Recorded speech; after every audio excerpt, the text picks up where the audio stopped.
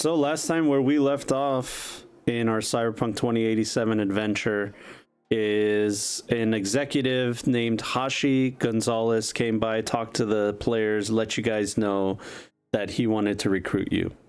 Had a contract and everything. Right in the middle of you guys checking out your new potential new location of operations. You know, the price was pretty high. You guys were thinking like, how are we going to get the money? What are we going to do? And then in comes this executive that basically offers you nuts and bolts, brass tacks at the end of it. He said, I'll pay for the building. I'll pay you as operatives, but you got to do jobs for me. This first job that he's going to have you guys doing is not going to be contracted because the contract was crazy. You guys read through the contract. You didn't like it. There's too many quid pro quos, too many, if you do this, then that will happen. So Fuji-san, that's how they normally operate with their operatives. But Hashi was like, you know what, let's do something a little bit differently. Why? We'll find out later on in the future. Who knows? Can't trust the corp, right? Something will survive. But he said, you know what, let's just do a handshake and see what you guys can do. Once you guys deliver, we'll renegotiate this contract and make it better for everybody. And you guys will have more leverage, which is his way of giving you guys advice and kind of setting you down a better path in his mind. Why are his intentions, we don't really know, but at the end of the day, all of you guys agreed to it. You're like, this works for us. You pay for the building, we'll do it for the first job for the first month, and then we'll go from there. All right, no contract. Yeah. And he said, fine, I'll give you guys a call later. Enjoy your new place. This is my place now. He bought the building. He's like, you're here for a month and enjoy it, and I'll be in contact with you soon. As soon as he hung up, Giselle called you, and for those of you that don't know, in the background we have a whole drug operation with Blue Lace Plus going on. All right, we're trying, motherfucker. We're trying. We didn't keep trying to kill all of our suppliers. Like we were fine. But yeah. So Giselle was like, hey, I got some stuff for you. There's 3 compounds to make Blue Lace Plus. 2 of them are very common. 1 is not common. And she had the uncommon one, a metabolite. And she's like, I pinched off 5 pounds for you guys, which we did the math would come out to a lot of eddies if everything works out the way it's supposed to. So she said, meet me at the abandoned arcade. It is in Voodoo Boys territory, but as far as she knew, nobody has beef with the Voodoo Boys. Little did she know that Darby had major beef with the Voodoo Boys. Specifically, one guy named Hexbit, who is on the floor right here dead, because in the last session, no longer alive. He brought some of his guys with him, and they ambushed the players. The players got the best of the situation. Doc got gravely injured, seriously wounded, patched himself up. Giselle got shot right away. She was unconscious. He patched her up too, and it looks like everything is all said and done. But once we ended our session, we had some more background, because we can't stop playing the game. Even though we stopped playing the game, we're still playing the game after in Discord. So we realized that on Hexbit's phone, on his agent, he had they went through it and they found some contact that he had with the Voodoo Boys, where they basically, he said, I got the guy, he's here, send dudes with me, and if I don't hit you guys up back in 20 minutes, then you know that I'm in danger. And that was an hour ago. So technically, but didn't we figure out? Sorry, John. Didn't we figure out that that this guy Hexbit was kind of lying to his people as well, saying Darby did this and that and the other, and he basically blackmailed them into helping him, or he was going to throw some stuff. He was going to take down all their security at once. Was that not a thing? So the original beef is from Darby's backstory, where he made some tech for Hexbit, and then the tech didn't go well, but that wasn't Darby's fault. It was no fault of his own. It was probably user error. He didn't, and honestly, Darby didn't get to investigate what happened. Hexbit just automatically was like, oh, that tech gave me bad tech, and he's now my enemy for life, So it resulted in Hexbit's brother dying on the heist. So yeah, somebody important to It's Hexbit. got reason to try and pin it on. I'm the easiest person to pin it on. Yeah. He's dead now, so he's not really a problem. But like my issue is that if this is information we know, that Hexbit was blackmailing the Voodoo Boys to help him because they didn't really see it as a big fry or nothing they need to get involved with. But didn't he say to them that I'm going to take down your security operation or something like that in the net? Oh yeah, he Don't was help me? blackmailing. He was trying to rally support or something, I think. Yeah, he was very upset that people didn't have his back. Like his own gang was like, dude, let it go. You know what I mean? Let it go. I don't know what you're talking about. And he was dead set on getting his lick back. So he hired some other enforcers with him. He said he's going to pay them well. You know that because one of them you took prisoner and started interrogating him, and he was like, I swear to you, he said he was just going to pay us and it's all business, that's it. And then he tried to make a run for it, and Teddy just plugged him, emptied a magazine into his back. So I think the door was still locked too. Door is still really locked. awkward. Yeah. But Yeah, you did that on the net. so, and then Doc was like, all right, let me work on Giselle here because the bullet is still lodged in her lung. Her lung is collapsed. He had his own collapsed lung that he had to take care of. So he put the same kind of compound in her, did some surgery. The whole thing, he wanted to take her to a clinic, but she needed to be worked on right now or she would die. So he needed an hour, he's like, I need an hour. So they worked on an hour while everybody was going through the agent and trying to figure out what was going on with Hexbit. They found out that whatever alarm he had to his gang had already gone off. So technically, they should already have been here 30 minutes prior. So Probably outside. So they're either outside or surrounding the walls, but nobody's tried to come in. That's all you know. So These are guys. These are Voodoo Boys. They're not going to storm the place, but they will be waiting outside. Like and Darby, like what the fuck is going on, dude? Like why were they zeroing in on me? Like I thought this was water under the bridge, and then next thing I know, I knew he wasn't pleased with me, and that's why I don't work with the Voodoo Boys anymore, and they basically shunned me. But I didn't realize all these years later, or months later, that he'd still be picking a fight with me.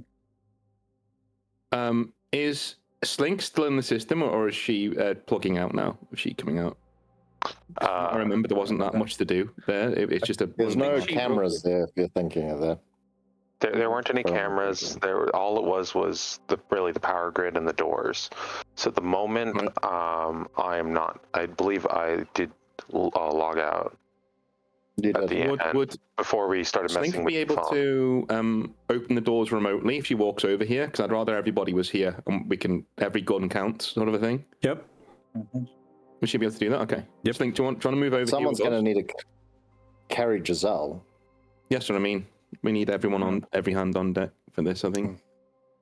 Yeah, that's an important thing to know, is that Theo was the one that gave Giselle the kiss of life. Yeah, Slink, if you wanted to, you could basically wire your agent to send a Wi-Fi signal or radio signal to the door to open it remotely with just an electronic security check. Yeah, that'll be great. I'll do that. I'm open to suggestions, guys. We've got to know what's going on outside. Like who is out there, what's going on. Teddy, I'm all over. And Teddy, as you walked over Hexbit's body and maybe like moved it over to see if you could see anything, you saw something protruding from his back, like on his waistband, behind his coat, on his back. Is it like embedded in his body, or is it like just...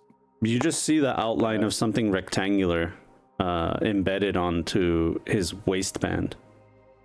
What is it? I want to... Darby, can I borrow you for a sec? Yeah, sure, man. What the fuck's this? And I shine, like, I've got a flashlight. I just shine it on what I'm looking at.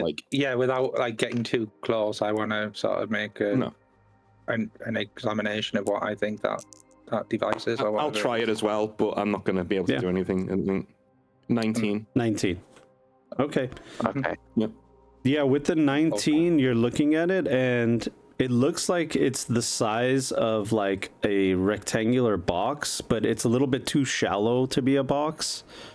And you're thinking like, what can be rectangular and shallow? You know, maybe it's a book, maybe it's a small explosive device in the shape of a rectangle, but you're not sure. My Bobby, electronic do you have security was any 15. clue? Yeah, with the I'll 15, just go in David, you see the and same thing. investigate.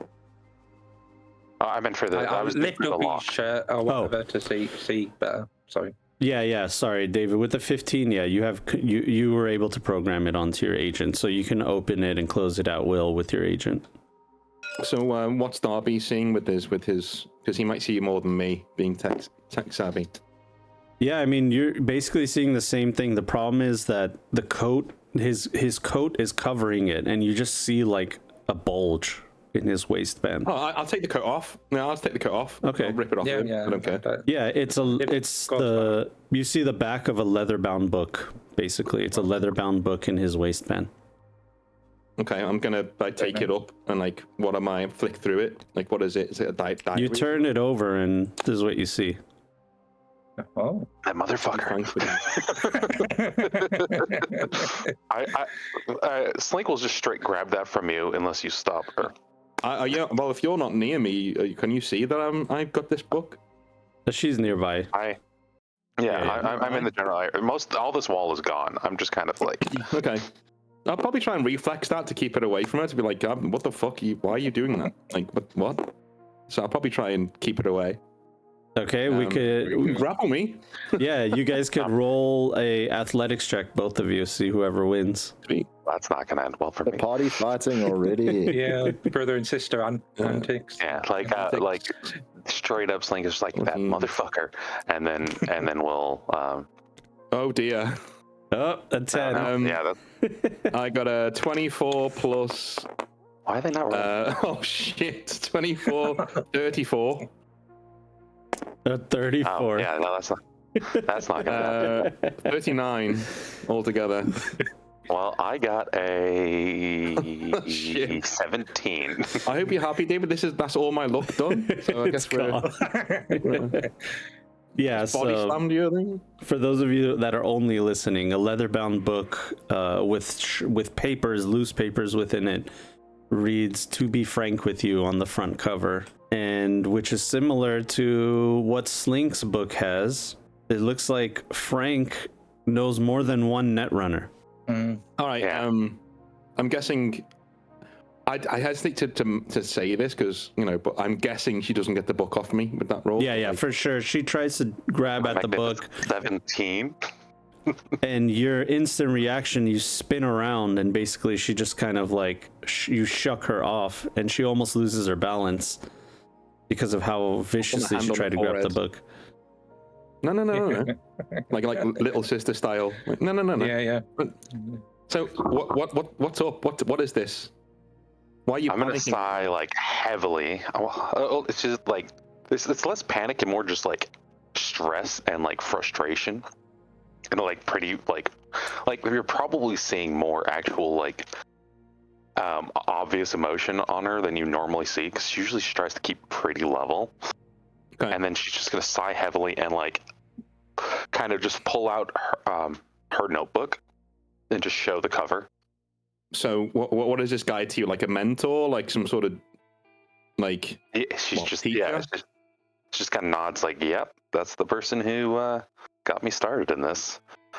So he also got this guy Hexbit started as well, by the looks of things. So what am I likely to find in here? So Nonsense. I just want you to be straight with me. Nonsense mostly, but maybe I can figure something out. I was kind of like, I mean, take a look, because it's like the one that Slink has is just, it looks like nonsense. She's assuming it's code, but has not figured it out yet. So I'd say, nah, dude. Like, it's your past, it's your deal. I just want you to be straight with me. And I'd toss her the book. I was like, yeah, that's all for you. So I'm gonna kind of like bite us in the ass at any point in the future, and I look at Darby like full on, like, is this guy likely to come after us? This Frank dude? I have no bad blood between them. I just don't know where he went. Alrighty, well, I'll leave you to your daddy issues. Are there any windows to this place that we can look out of, just so we can see what's outside? It's all blacked out. It's because it's an arcade. They wanted to like always simulate darkness in there, so all the windows are blacked out. You can't see anything outside unless you open the door. Okay. Are there any side entrances or side doors that maybe, or a window? Only one way in or out. Only one way in or out. Yeah. Okay. Yeah. Doesn't Darby have a drone on his hat or something? He does indeed. Yeah, Oh, I would, but where would it go? I mean, maybe through like an air vent or something. Is there any air vents that would possibly lead outside? So there are air vents, but they go deeper into the building. So it would be really difficult. You know, you could lose the drone. It could get lost in the air vents. You know what I mean? So, but you could crack the door open a little bit and send it out. Nah, just Maybe we put could an ear get to the door. Slink to open it a little bit, and we can get on either side of the door, everybody. And then the drone can go through, and we can see what's going on. Link is like immediately like knee deep in this notebook, but we'll kind of just hold out the agent like ready to pop it open for a second. Well, before we go, before we get to the door, yeah, let's resolve the notebook just a little bit. Okay. So yeah, Slink, when you open the two notebooks side by side, you see that the codes are different. It's not the same text. It's two different codes, and now now that you can compare them to each other, you're seeing a pattern, almost like the two books needed to be found together to be able to unlock the code. So why don't you roll me a cryptography at a +2? Ooh, Oh, sweet. Cryptography. Sounds good.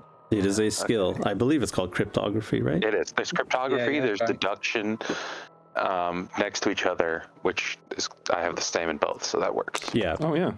You could actually roll either skill and they'll give you different information. Why do they only sometimes work? Or just if I click on it? If you click on it, it should work. Yeah. When you click, it should work. I have +11 to both. Okay, so 14 plus 2, 16. Okay. So I'll start off with cryptography and then do deduction afterwards when I get that from that. Or should I just roll both?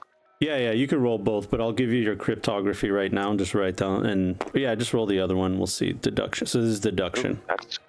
So the deduction came out to be an 18, and it was a 14 in cryptography. Okay.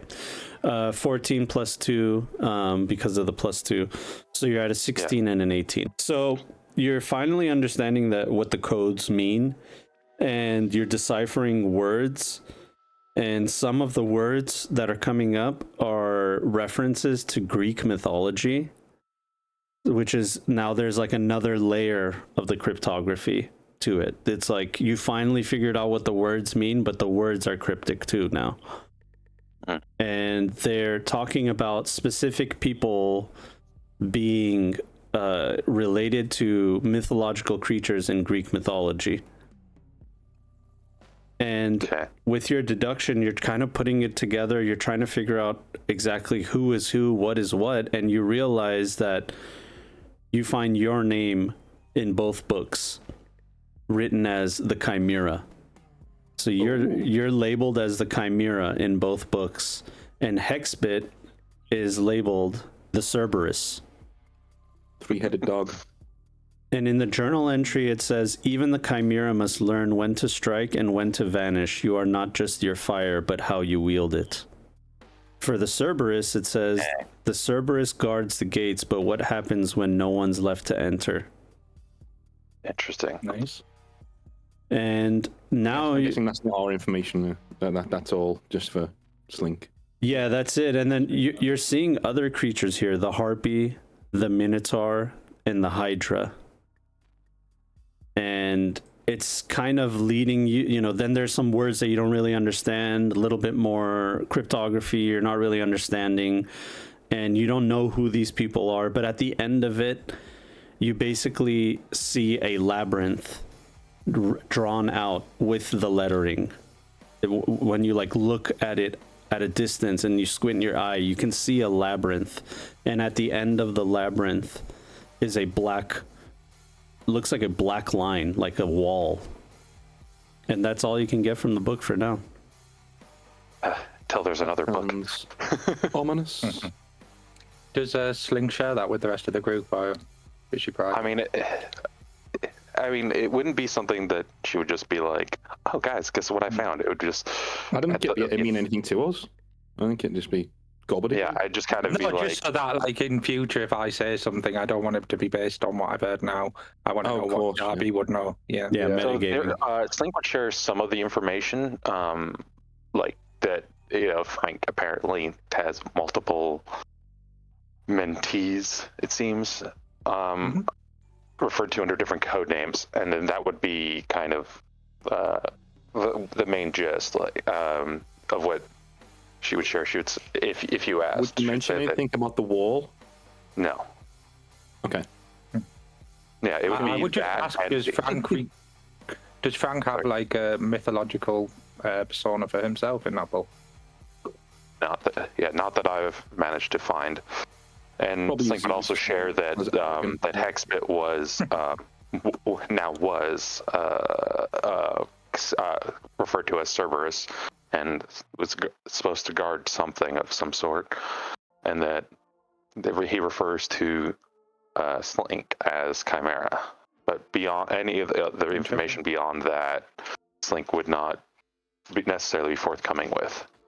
No. Chimera. Sounds good.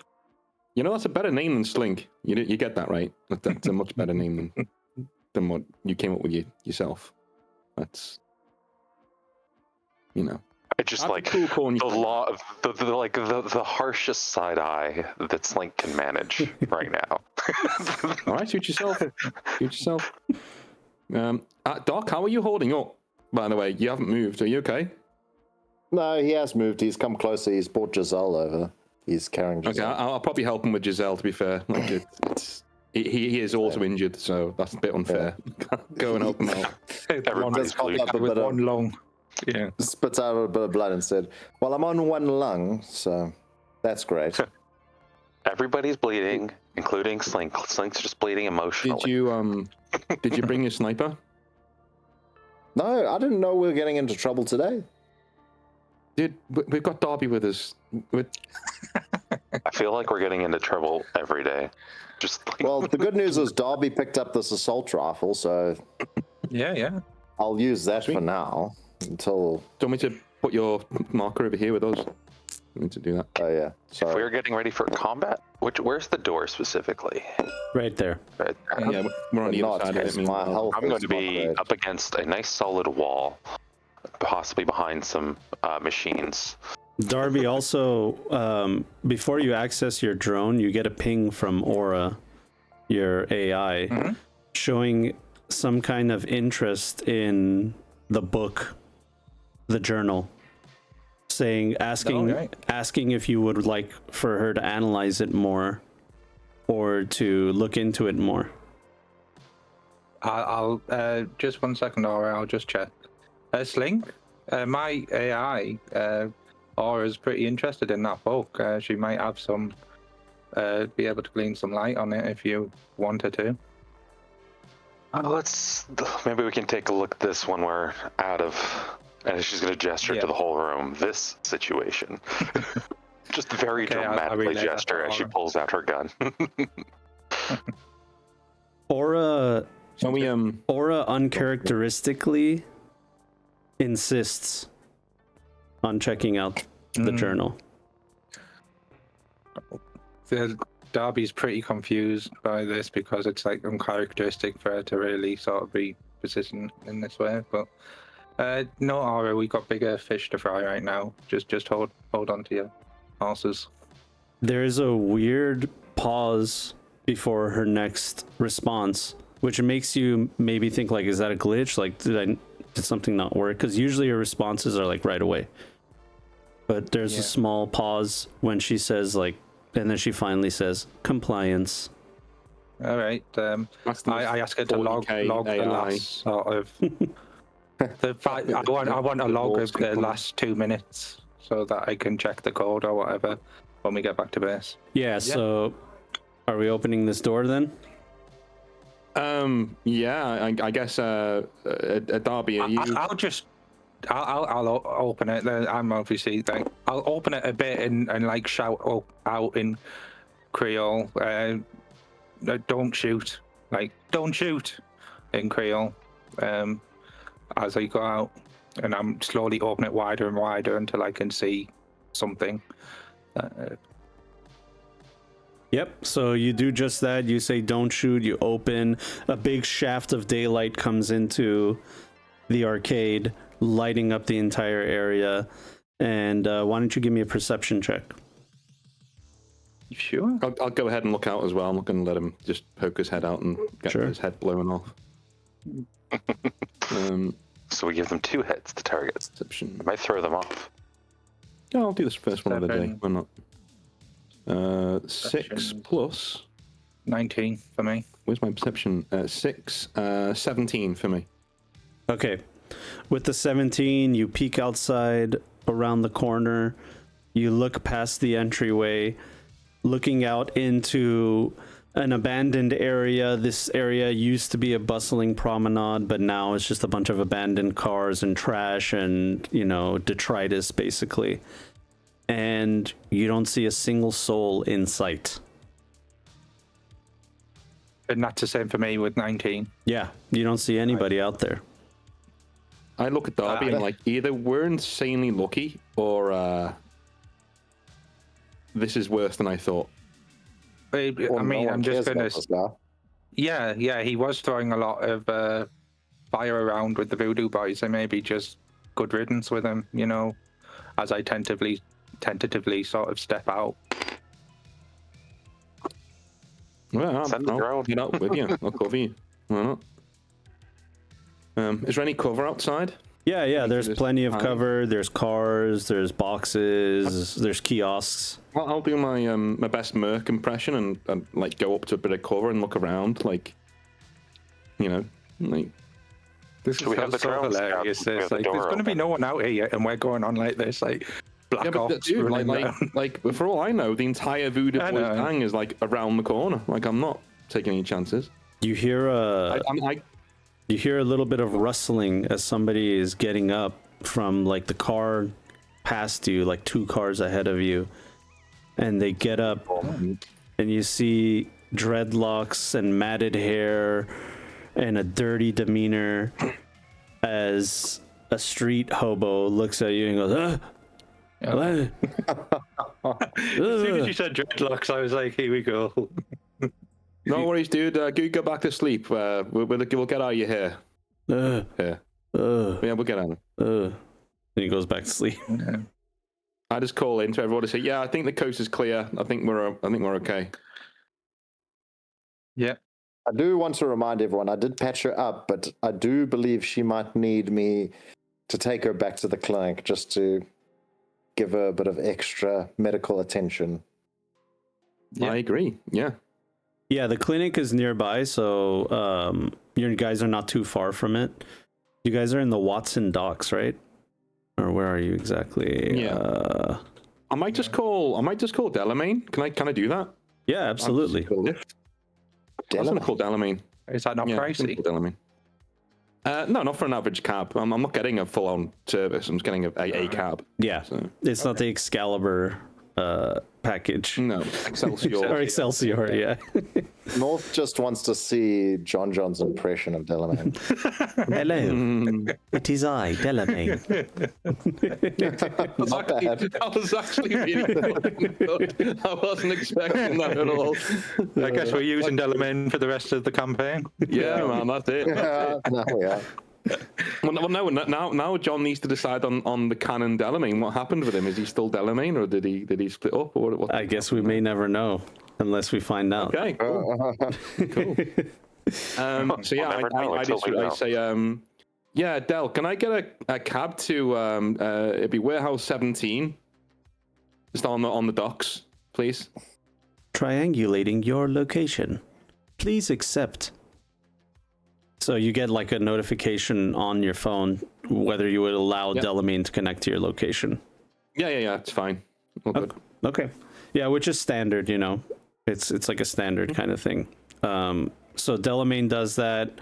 You see like a green check mark pop up, and then you can see like a map of Night City with a Delamain headed towards your direction. It's going to take about 10 minutes for the Delamain to get there. Is he going to come here to the warehouse or on the street beside the warehouse? Because you didn't get the Excelsior package, it's going to be on the street. Okay.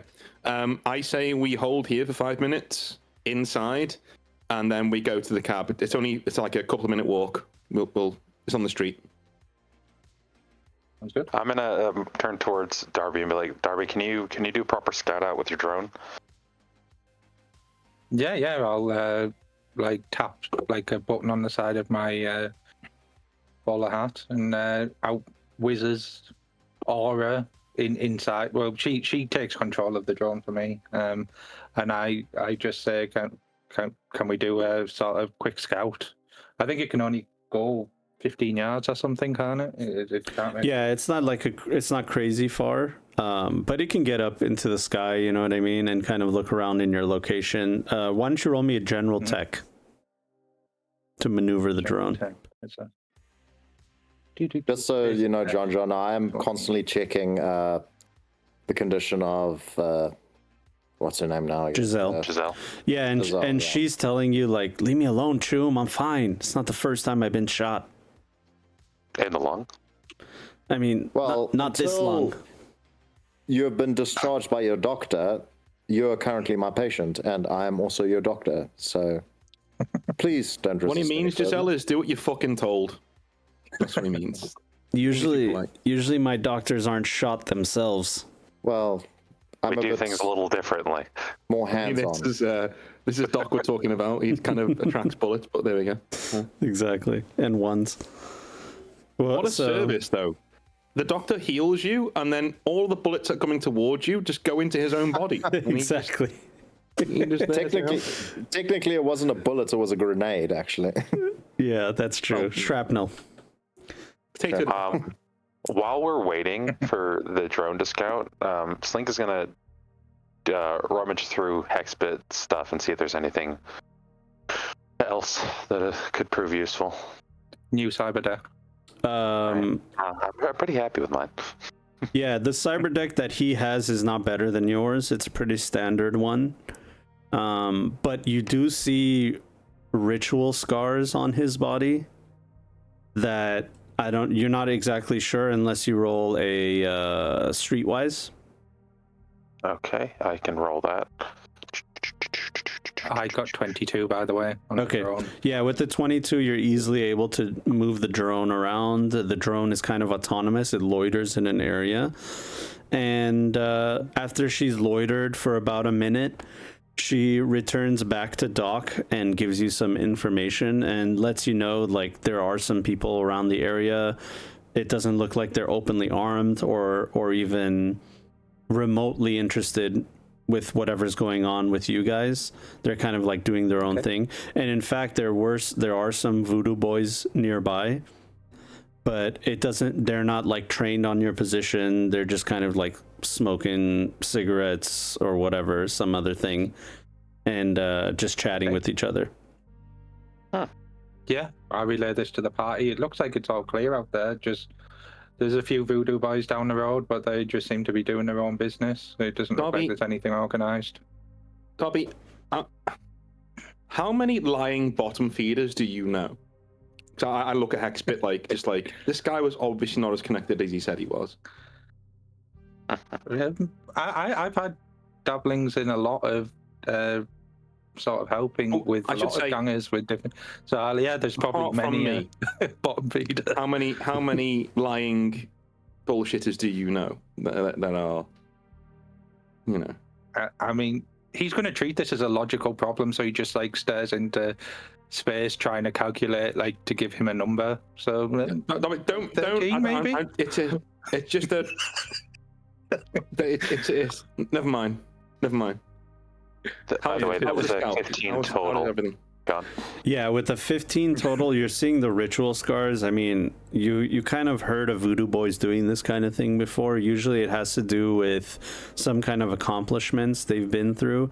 You're not sure what the ritual scars mean, but it looks like the side of a tank whenever they get kills, basically like a kill counter. Yeah. But it looks like a digital kill counter. Interesting.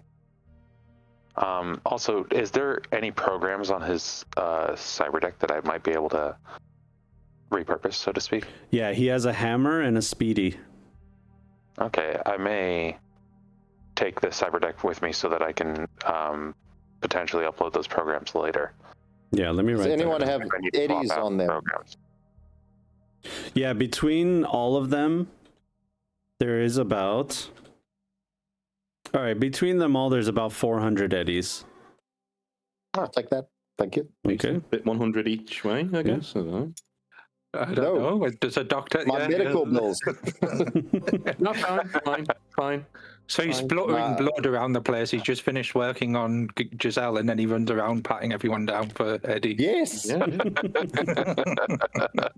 Businessman. Loves his money. There's He's the also... If you'll fight him on it, he might change his mind. But if no one's going to say anything, he's going I'm not going to argue with the doctor. No, Darby's too pre-concerned with getting his head blown off outside. So yeah, he's not. You can take. I'm assuming at some point I'm going to get shot, and quibbling over a couple hundred eddies feels like a good way to not get patched up. Yeah. Yeah, you also find some ammunition and Oh, what kind of a ammunition? frag grenade. Assault rifle ammo Uh-oh. and a frag grenade. Ooh. Looks How like much assault rifle ammo? Because I have Times assault 60. rifle. it's right here. If you mouse over it, it'll show you. Okay. Yeah. Can I Let's see. shuck that frag grenade off you? Sure.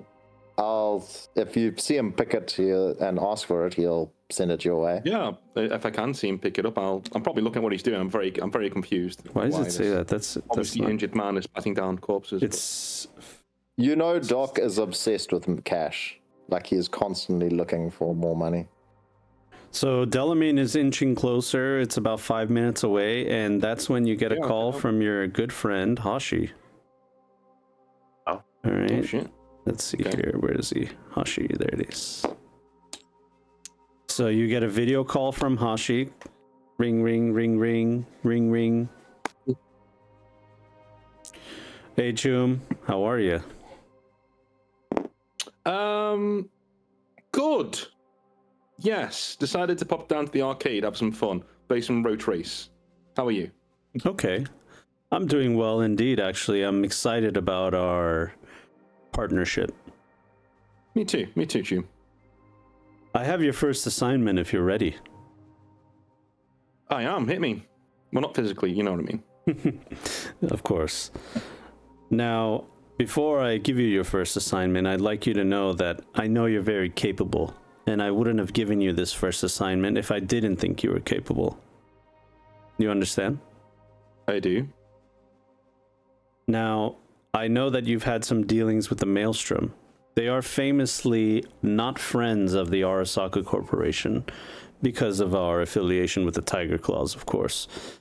But in the year 2087, Arasaka is turning a new leaf and going in a different direction. The Tiger Claws have served their purpose, and since they're not going to be joining our organization or our project because of the last thing that happened, I wanted to know if you would be willing to speak to your connections in the Maelstrom to see if they would work with you and in turn working with us.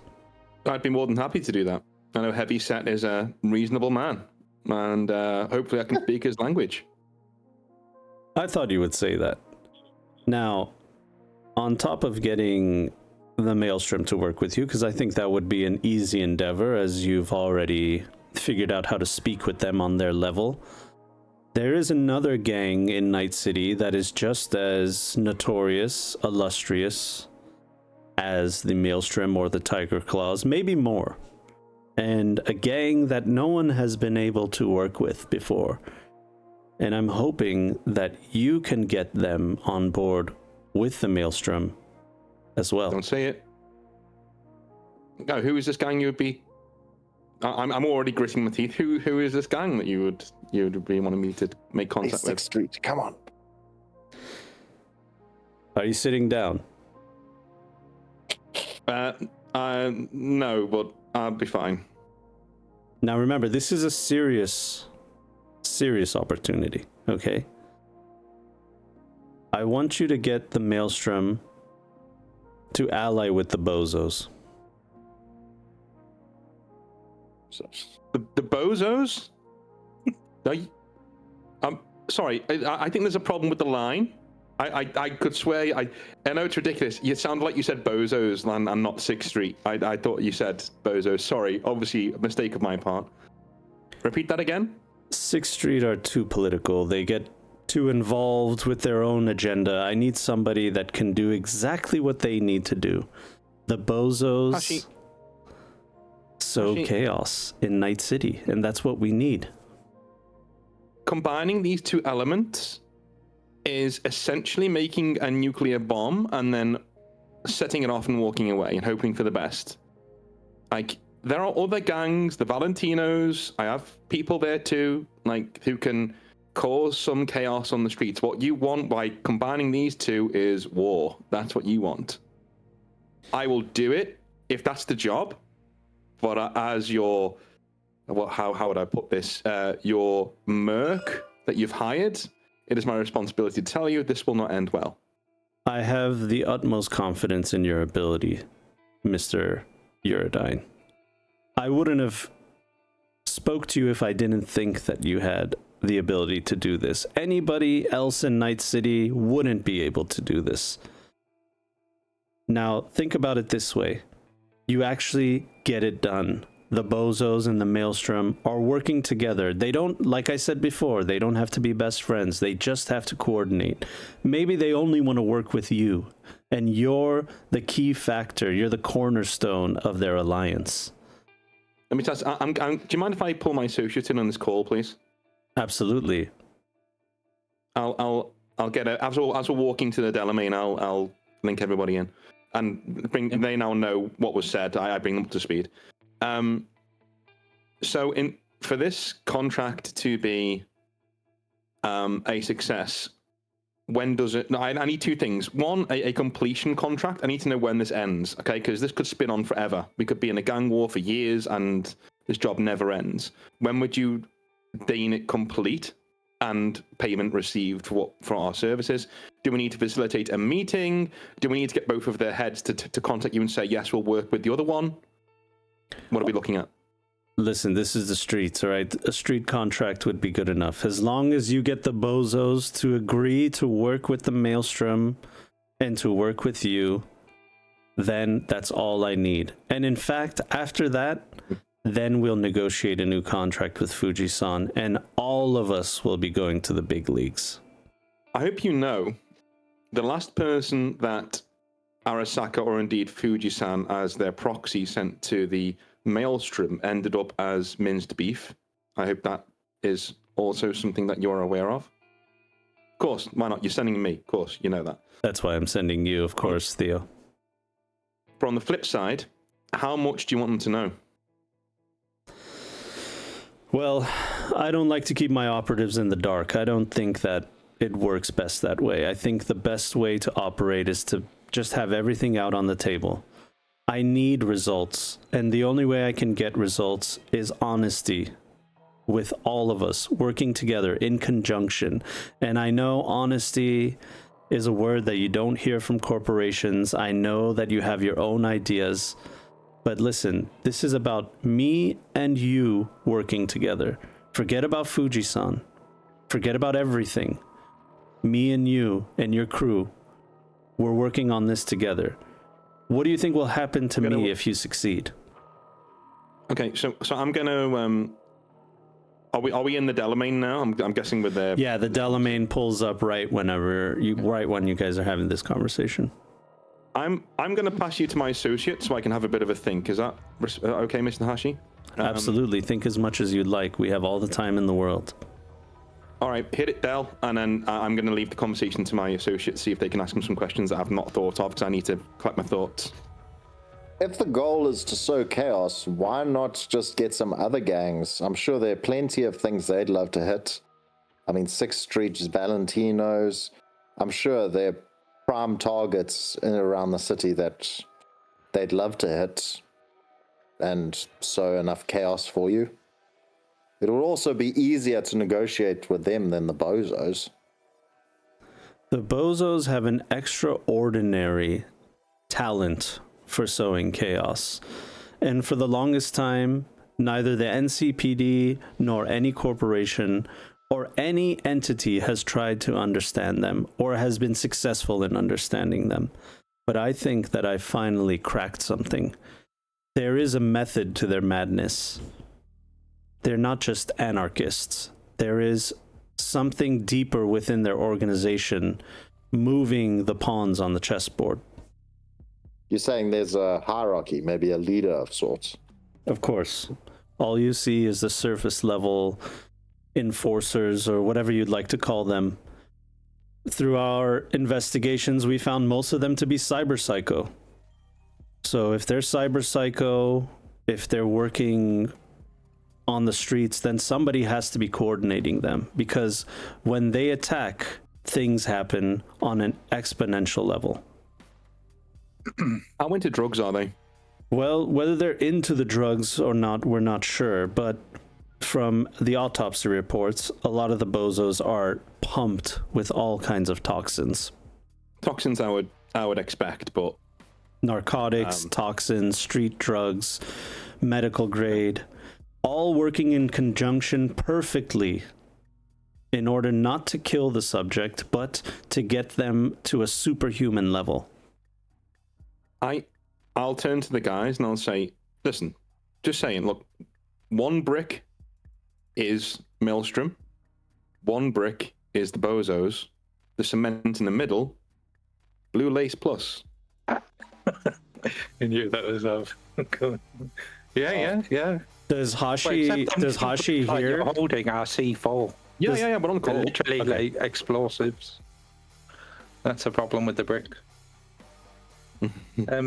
Yeah, I just said, like, you do realize that the bozos and the Maelstrom, as Theo alluded to at the beginning of your chat with him, that these are two entities that, if you put them together, it could literally be a nuclear.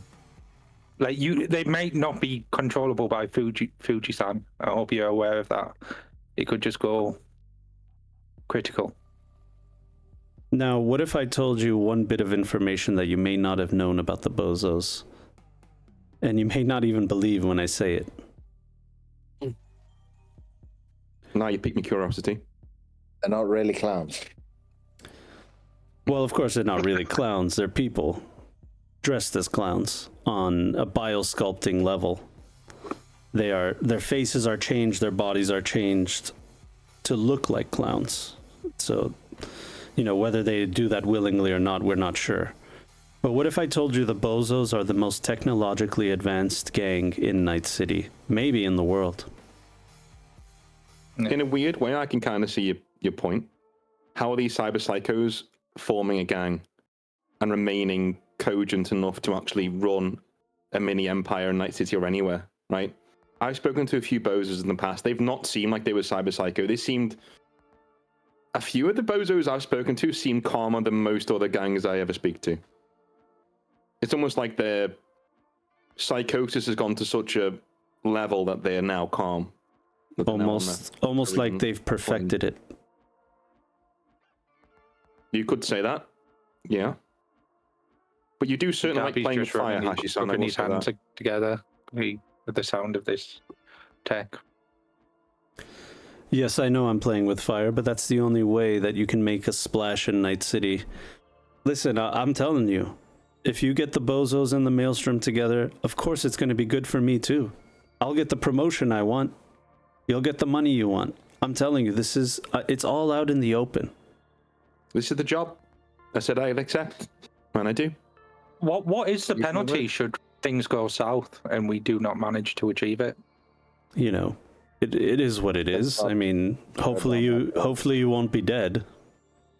Darby, if we fail any job, we're dead. Like What, Fuji-san will kill us, is what you mean? no, like No. if we We'll probably die doing it. and we fail. Yeah, I understand that side of it. Yeah. So it's going to be.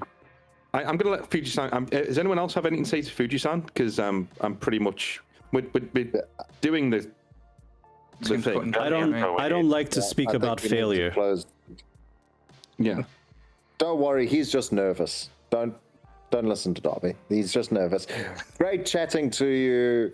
We're on it. Thank you. If we have any further questions, we'll contact you. Absolutely. I'm looking forward to it. Remain by your agent. I may contact you for further information, as Doc just said. Absolutely. All right. Have a good day, Fuji-san. He hangs up. Theodore, why did you mention blue lace around him? He already knows about it, Chew. How do you know he knows about it? That's because we told him last time. That's why. Did we? That's why he got us the clinic. Yeah, that's why he got us the clinic. Yeah. I don't know. I mean, I would assume that he already knows about it because he not just the clinic, but just like he looked into you guys. You know what I mean? On a deep level, he knew stuff that other people didn't know.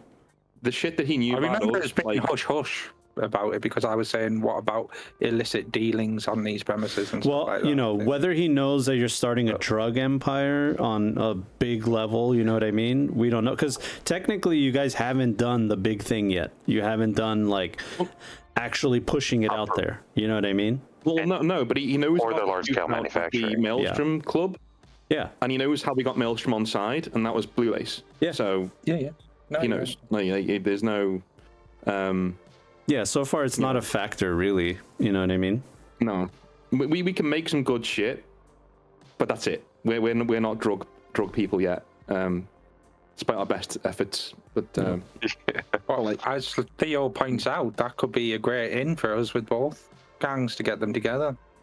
Like, it's a. Well, before we go knocking on Bozo's doors, I do think I need some healing and resting up, and I don't know about everyone else, but Likewise, yeah. me too. you Yeah. might need some dues. It sounds like you guys need some Afterlife? rest and recuperation. Afterlife, Yep. drinks from me. I'm paying. Come on, let's do it. I do have to. We have to first get Giselle back to the clinic. Giselle says, the afterlife is my clinic, Chum. Not according to your Oh yeah, I doctor. forgot you're a fixer. Of course you are. Yeah. Del, change your plans. Afterlife. Hit it. Adjusting. We will be arriving in 15 minutes. Cool. Is there a I cleaning fee needed to for the get some blood on the cat? antibiotics in her. A cleaning Sorry, fee Doctor. for what? Blood on the cats. Nah, it's fine. They're used to it. Well, it'll be like in fine print at the bottom of the invoice, basically. And The, Disney City. Afterlife is Watson, right? Yeah, it is Watson. Yeah. Yeah, it's Watson. Yeah, so you guys on the way to the afterlife, you have about like 15 minutes before you arrive. Anything else you want to say before you get there? We need to get a car. And I'm looking at the prices. My word. Yeah, I was thinking that. Oh yeah, 20, 30 grand for Yeah. semi-decent. Yeah, you can get a used one for maybe half that, but who knows if it'll always run, you know what I mean? I know what you mean. Maybe for Yeah. another time. Dude, we can't cut Del out of the business. You know? He's a good guy. Yeah. Turns up for us. Yeah, Delamine Make does sure he his job. hears that. Well, of course he hears that. He's got sensors everywhere. Yeah. I appreciate that. all I good. am sensing an unauthorized AI device within the vehicle. Could you please shut it off?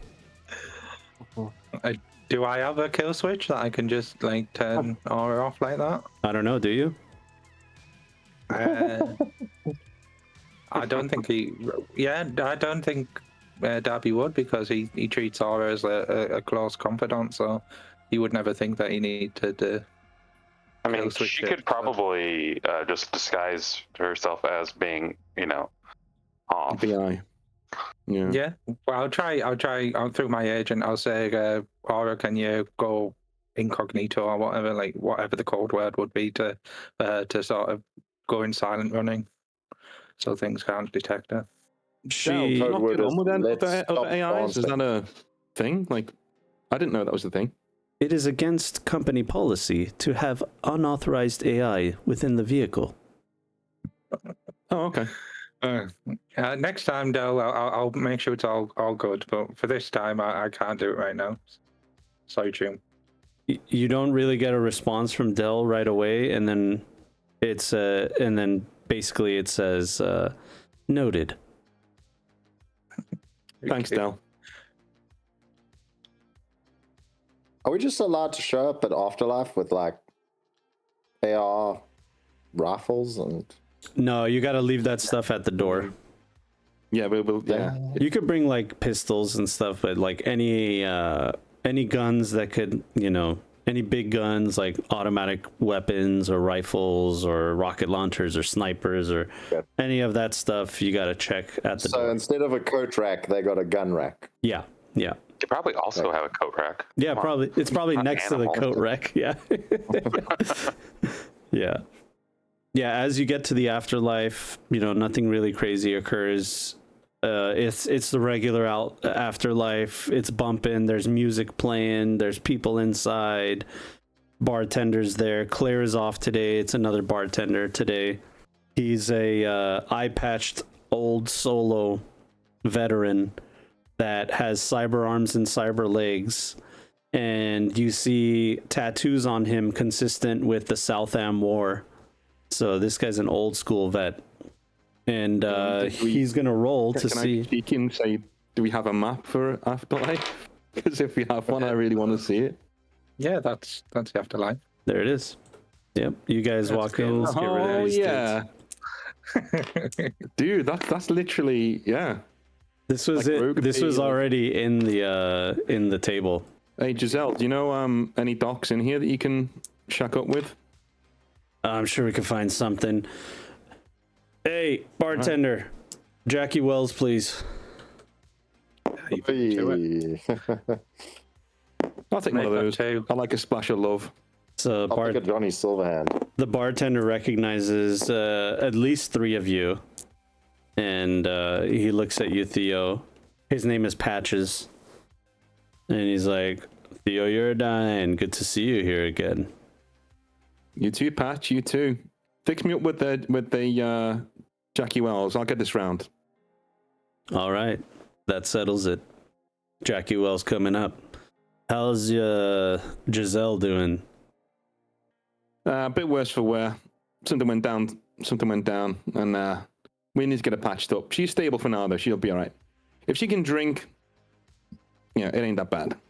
I got something that we'll know could it's bad maybe. we'll know it's bad if it starts flowing out of new holes in her. But apart from that, we should be fine. Well, I got some stuff that could help you if you'd like. It just I don't know how to administer it. And he pulls out these 2 injectors that Doc you're familiar with as a med tech. These are specific med tech designed injectors for healing. And if you look into your med tech skills, you're the only one that can make this thing. So you can make. I know what that is. Yeah, only you can make it, and only you can administer it as a med tech. Patch, just hand those over to me and I'll sort her out. Well, it doesn't come free, Drew. 200 eddies each. I give them the eddies. 100 Eddie. You're good. I always hook you up, Patch. You know that. No Of course, I know. That's why I brought I'll it out. pay 100 of it. I'll pay 100 of it. Because she did Okay. help us. Giselle will pay Yeah. 100 too. She'll pay 100 too. Oh, okay. Yeah, so she'll pay. She'll put down. So that's 100 from. So that's 200, me and her. Giselle. Yeah, they're 200 each. So that's 400 total. Then, since it was mine. Oh, 400 total. who else is getting it?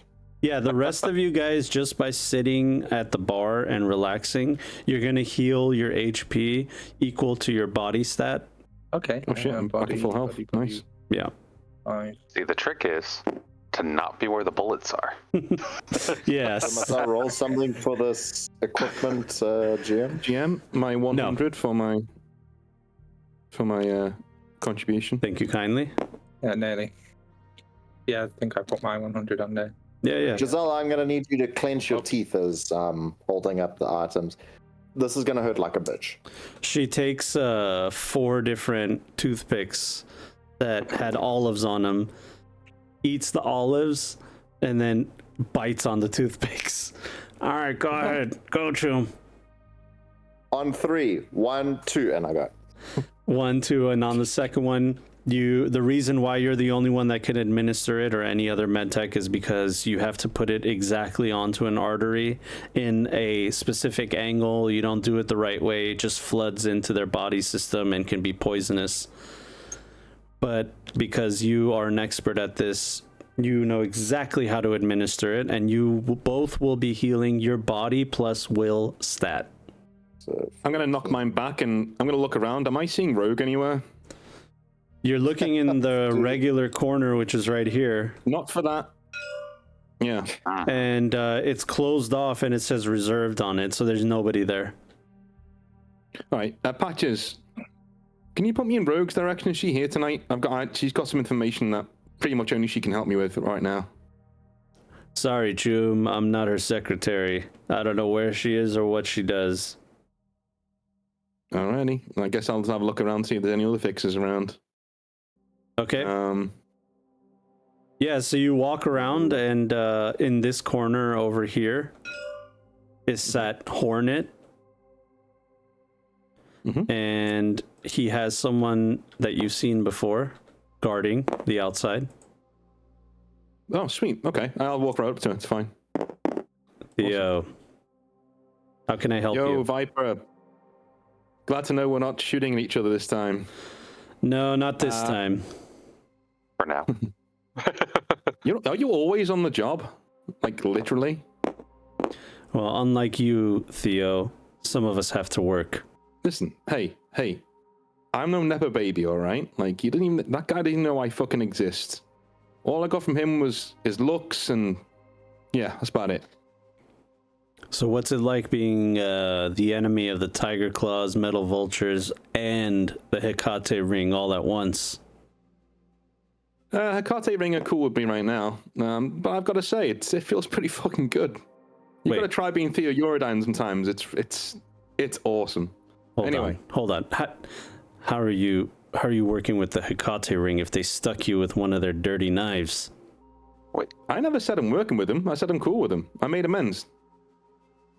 How the fuck did you make amends with them? Hey, no one can resist this face. Jesus Christ. You included. Everywhere. Boss. Hold on. She turns around and speaks to Hornet, and he comes up. I'm going to use this. Whoa, Jesus. I'm going to use your old model here, because he does look more like Hornet. That's a handsome man. Handsome man, Hornet. Oh, Jesus. He looks at you. Theo. Hornet, how's it going, my friend? How are you? Doing well. Doing okay. Just had a little bit of a mishap over at the docks, but everything's okay. Well, I hope that works out for you. I hope everything's all right and nothing too serious, I hope. No, somebody just pinched some of my supplies, but you know, it's okay. It happens every now and then. You know, people in this city need to learn to keep their fucking grubby mitts off other people's property. Something I've always said. I hate nothing more than thieves, my friend. Nothing more. Yeah, but it's part of the business, you know. It's called a loss, and sometimes you have a loss. Yeah. It's the cost of doing business. Listen, me and my friends would love to buy you a drink, and then I'd like to maybe have a little talk about some information you may have for me that I can purchase from you, shall we say. What do you say? I appreciate the offer, Theo, but maybe to your surprise, I don't drink or do drugs. Really?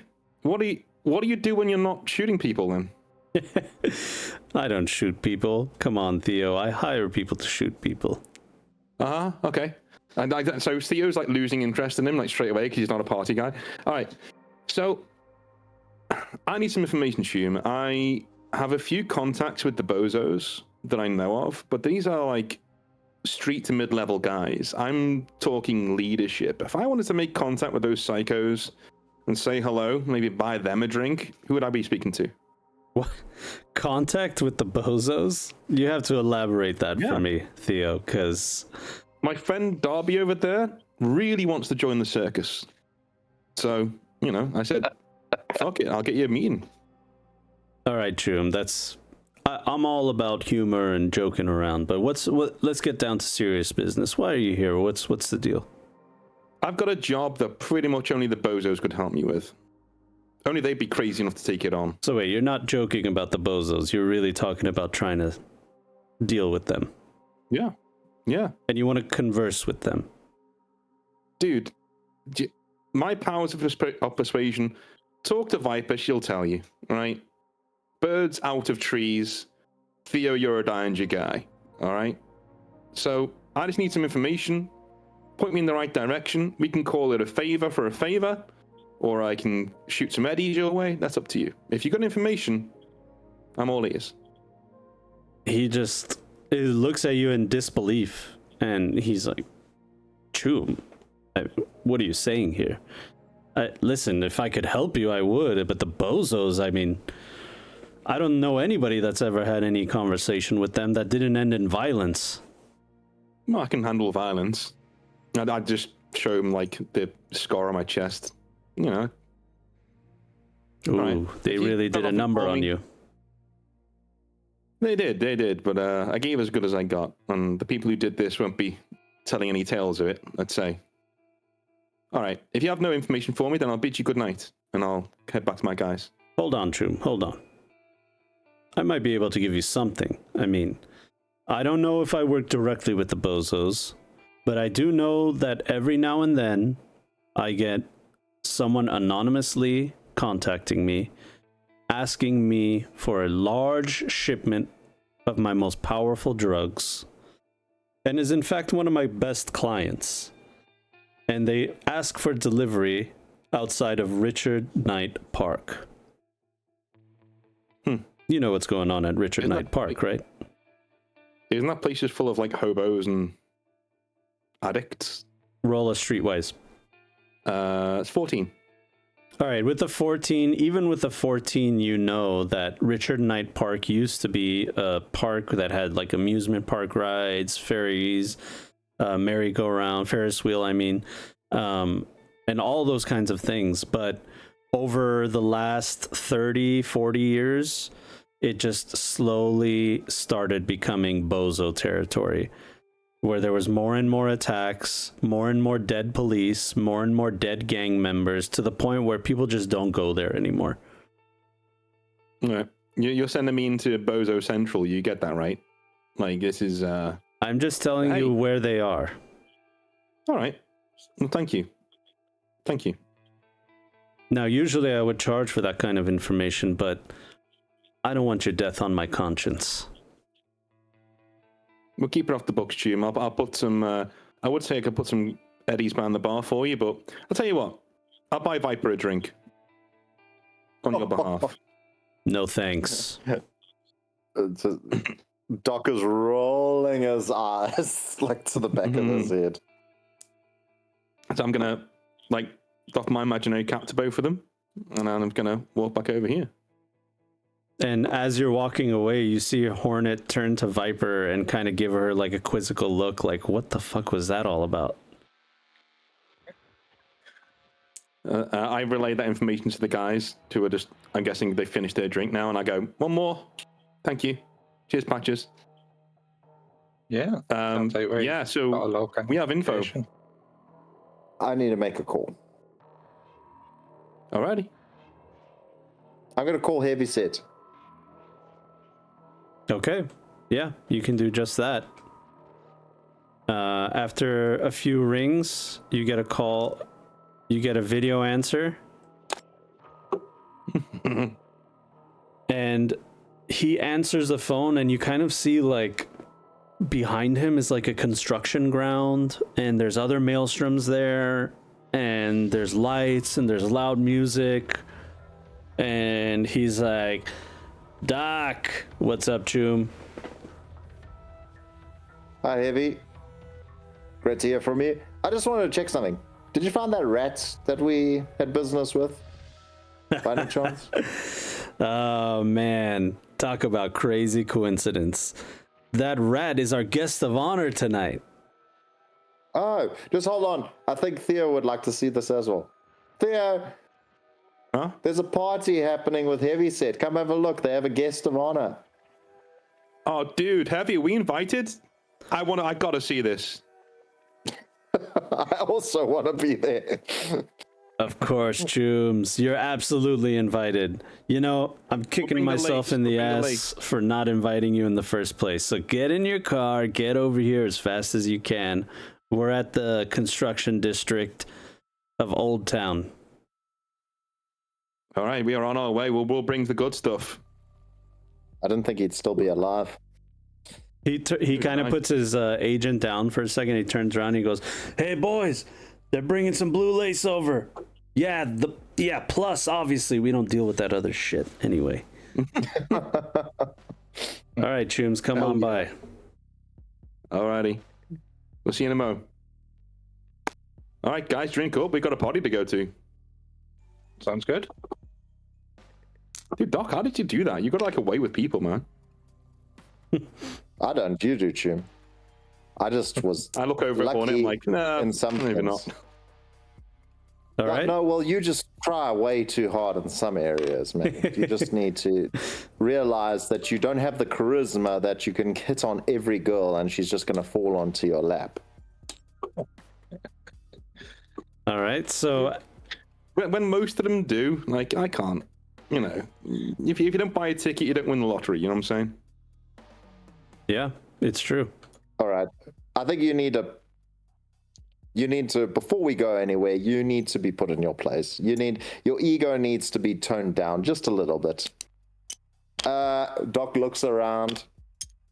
He looks for the first attractive girl in the place, and he points to her and says, "Pick her up." All right. And I will. So if I look over, what does she look like? Like, is she bigger than me? Let's see here. This is what He you wants see. the real RP. He wants.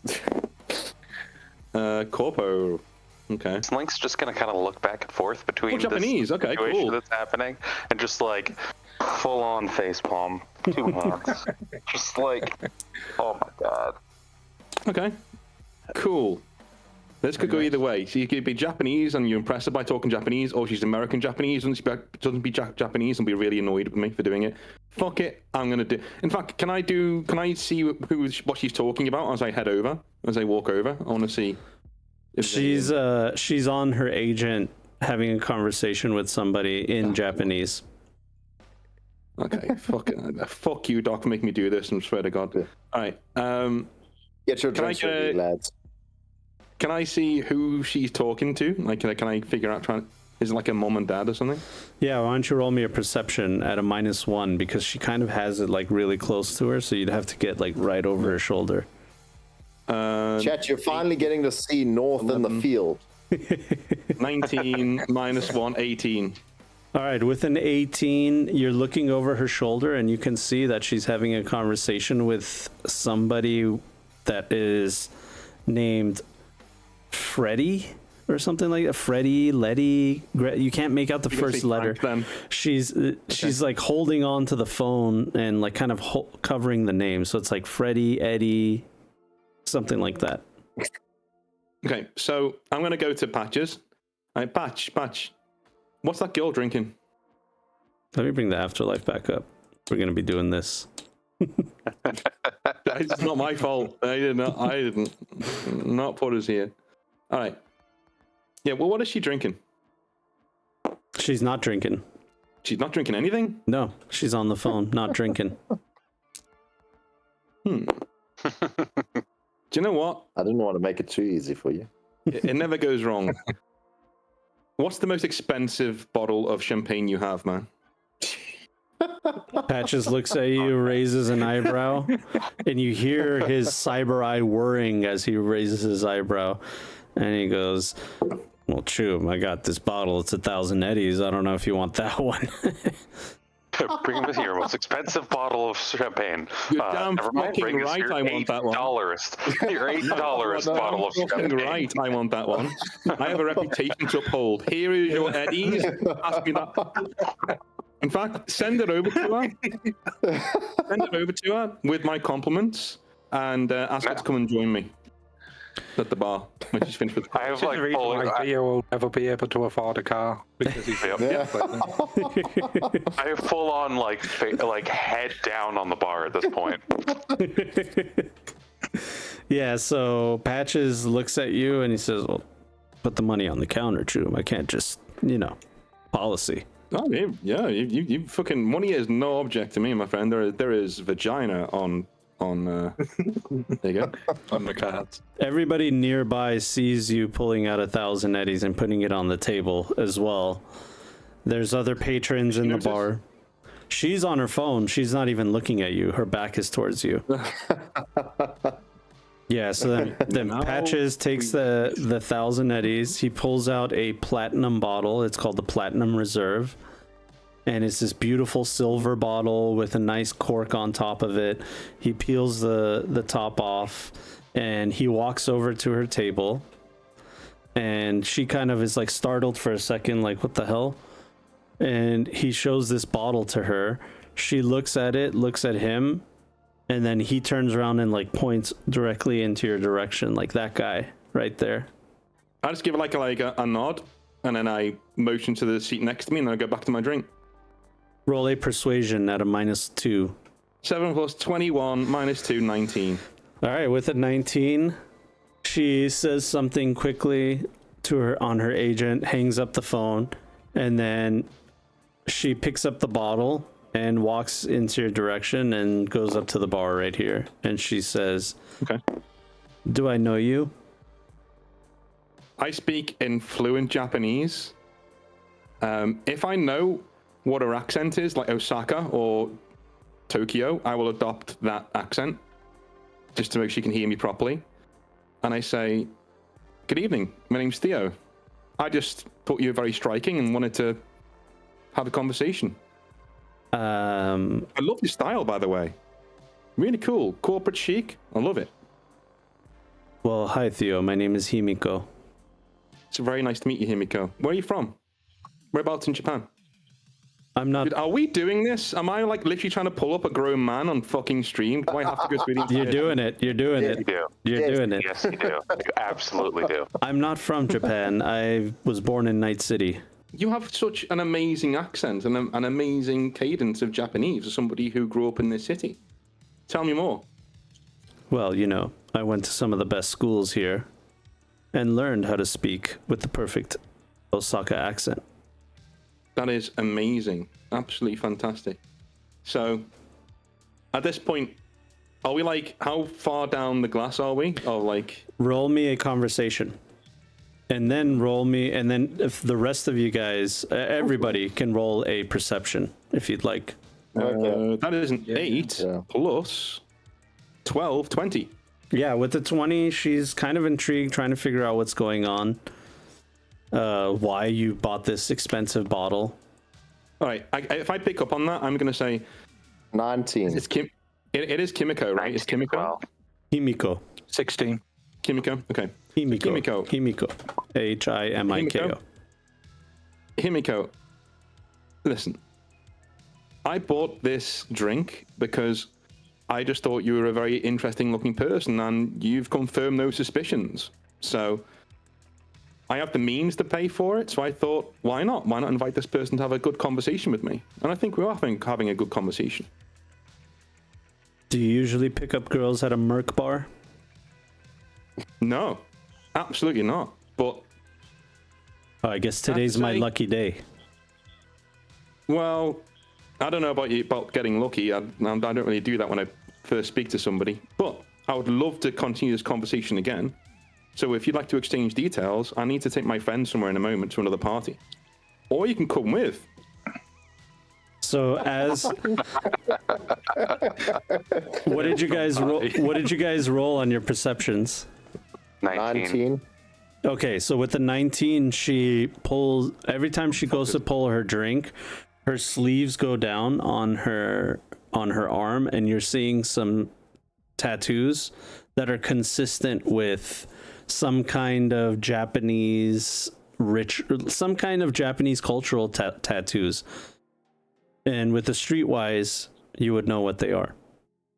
Let's find out. Am I seeing that as well? Or am I too? Well, you haven't rolled your perception. You're really talking. 4, it's 15. 10. Oh, 10. Steady. 12. So Yeah. Oh, I keep rolling. Don't you keep rolling. You roll another Yeah. one. Yeah, so you're at 12 This plus. is more tense than like most combats we've been in. Watch, when combat happens, you guys are dead. I? So 15. So 15. Okay. Anybody got higher than that? Nope. No?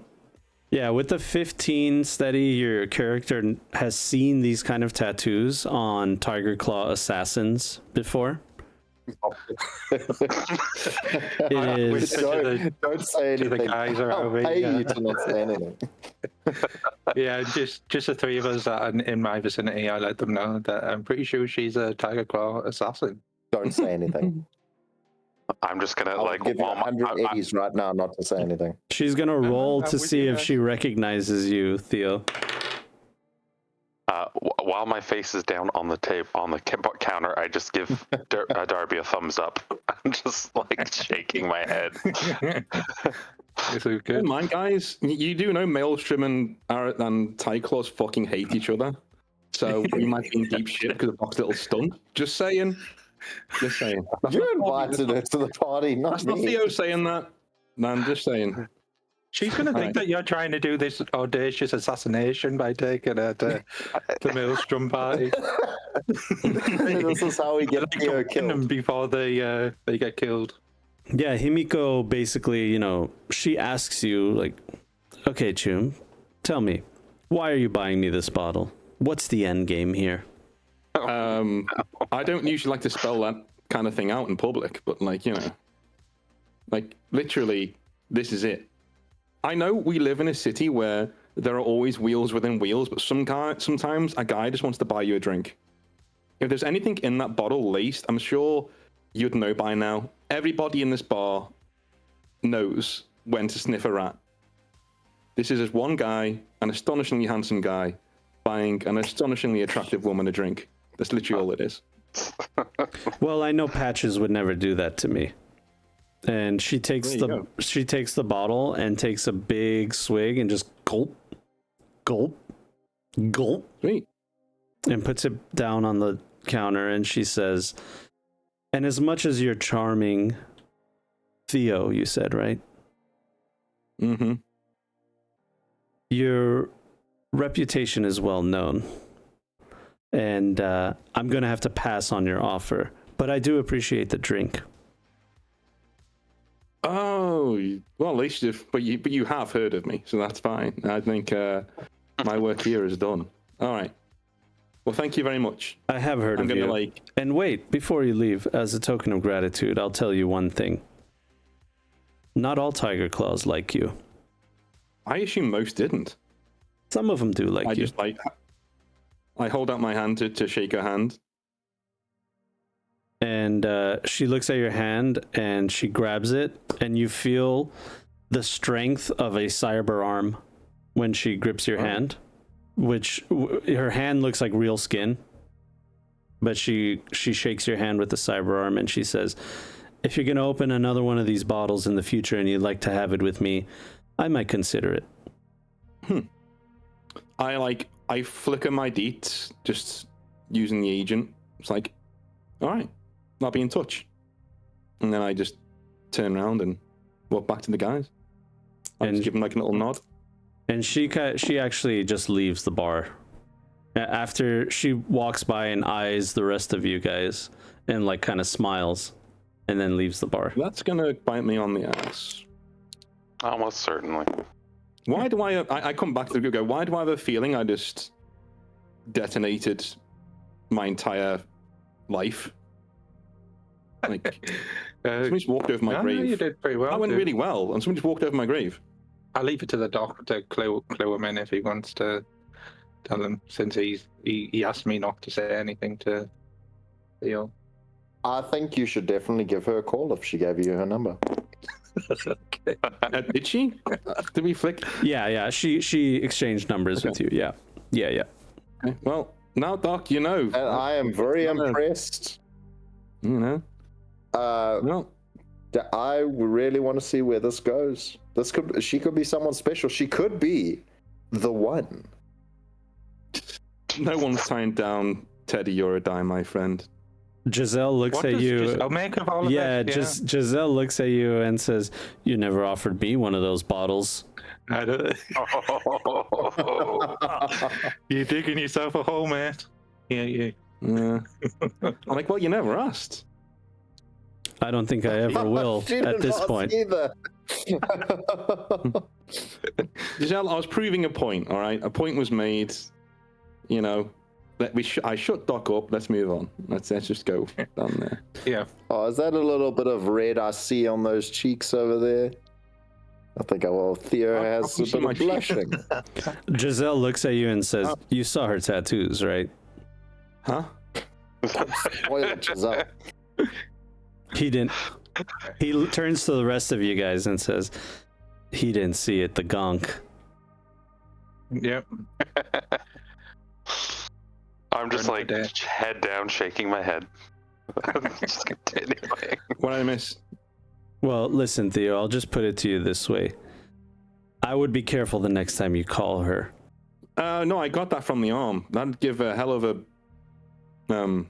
Handshake?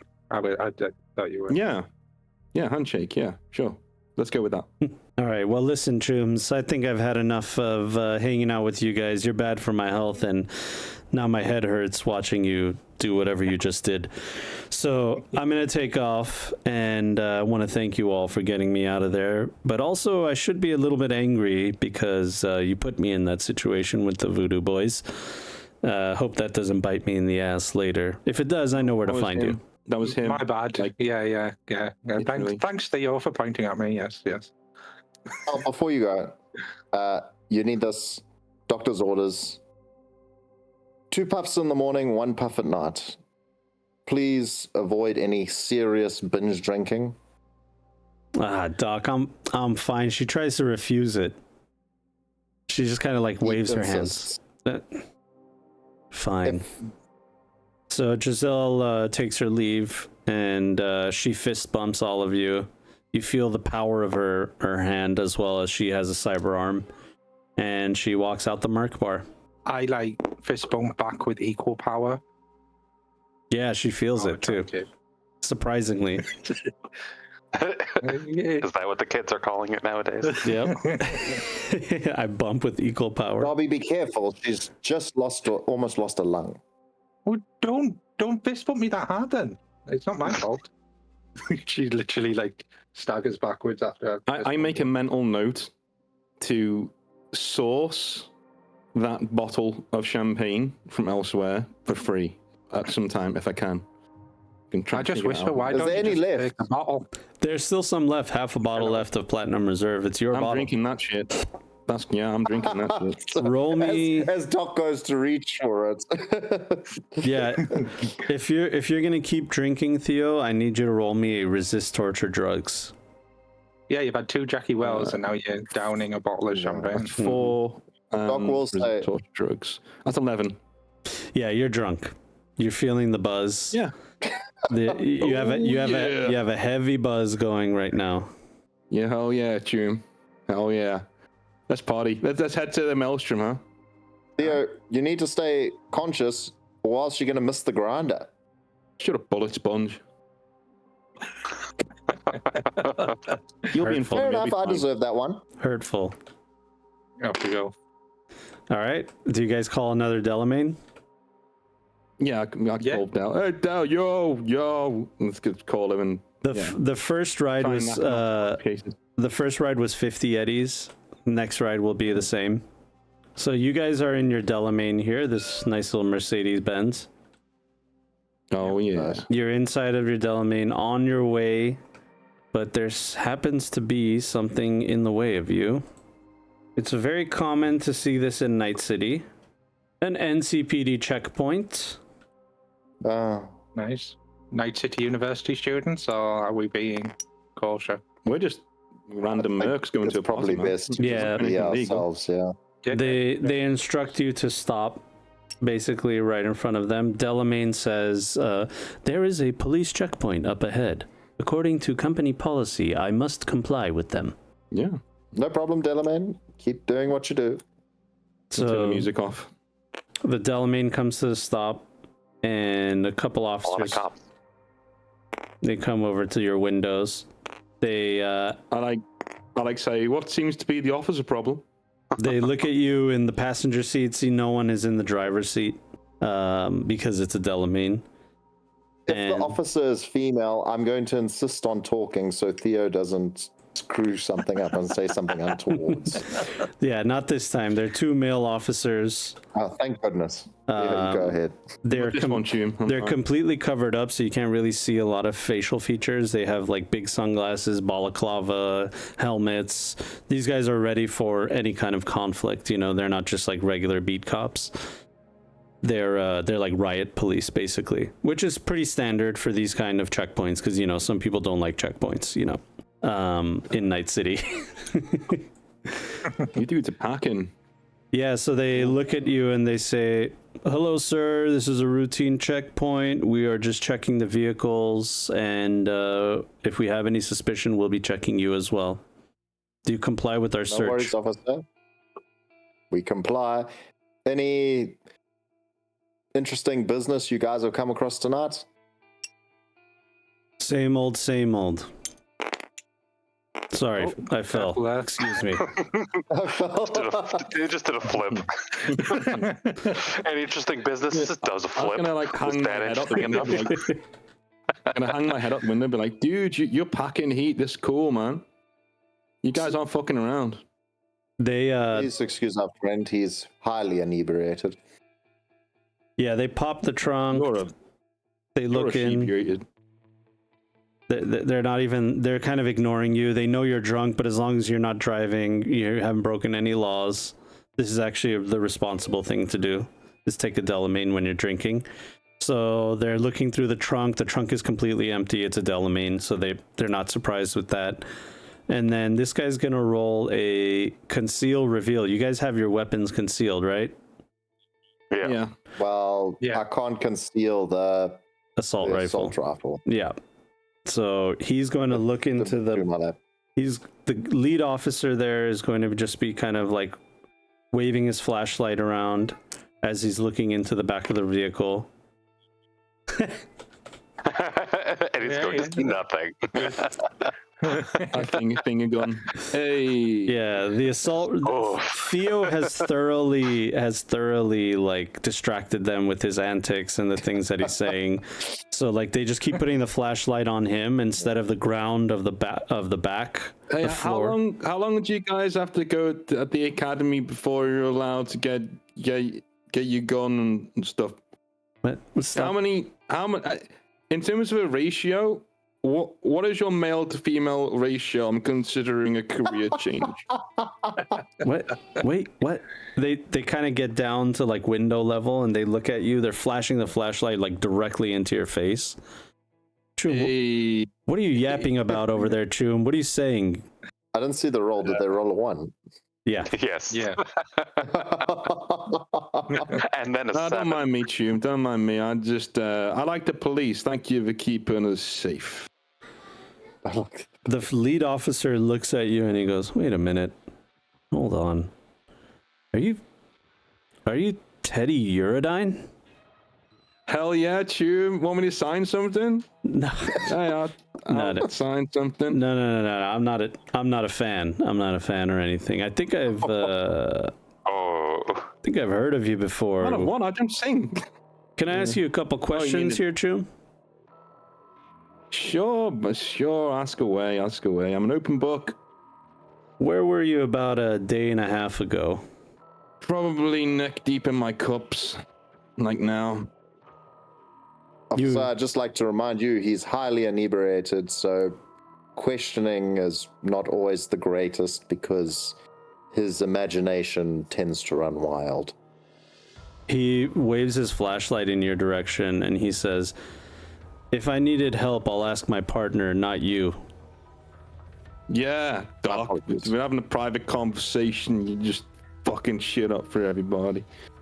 Let me just talk to this guy right now. All right, look.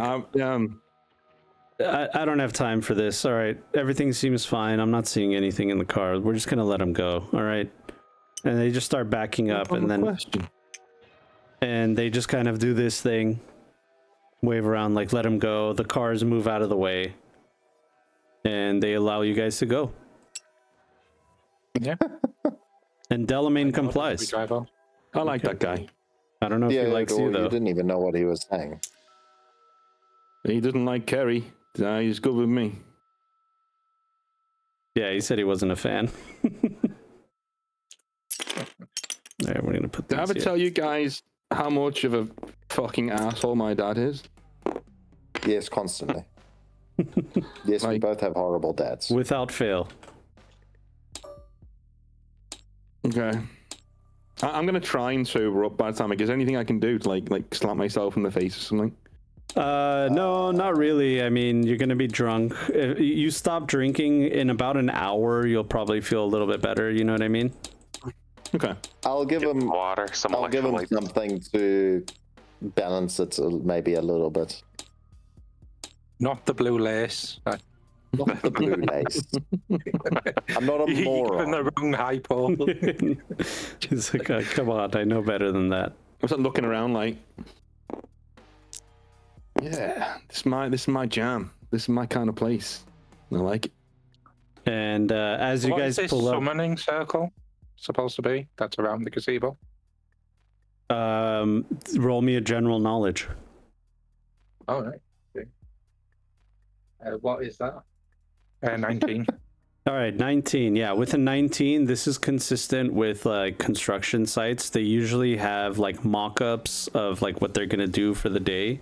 So this is like a big grid where they would have like a meeting and kind of mock up like the different parts of the project that they're gonna be working on. It was just left here and abandoned. It looks like there's a bunch of like abandoned stuff here. So is it like a bit like the NCPD sort of reenactment things that they do for the street crimes when you're in? Or no, it's like whenever like they meet up for the day, they get all the builders together and then they turn on this device and then it basically like shows a 3D hologram of what they're going to be working on for that day. But it's dormant now and it's just there. You know, it's just like a hologram circle, but there's nothing on, there's nothing connected to it.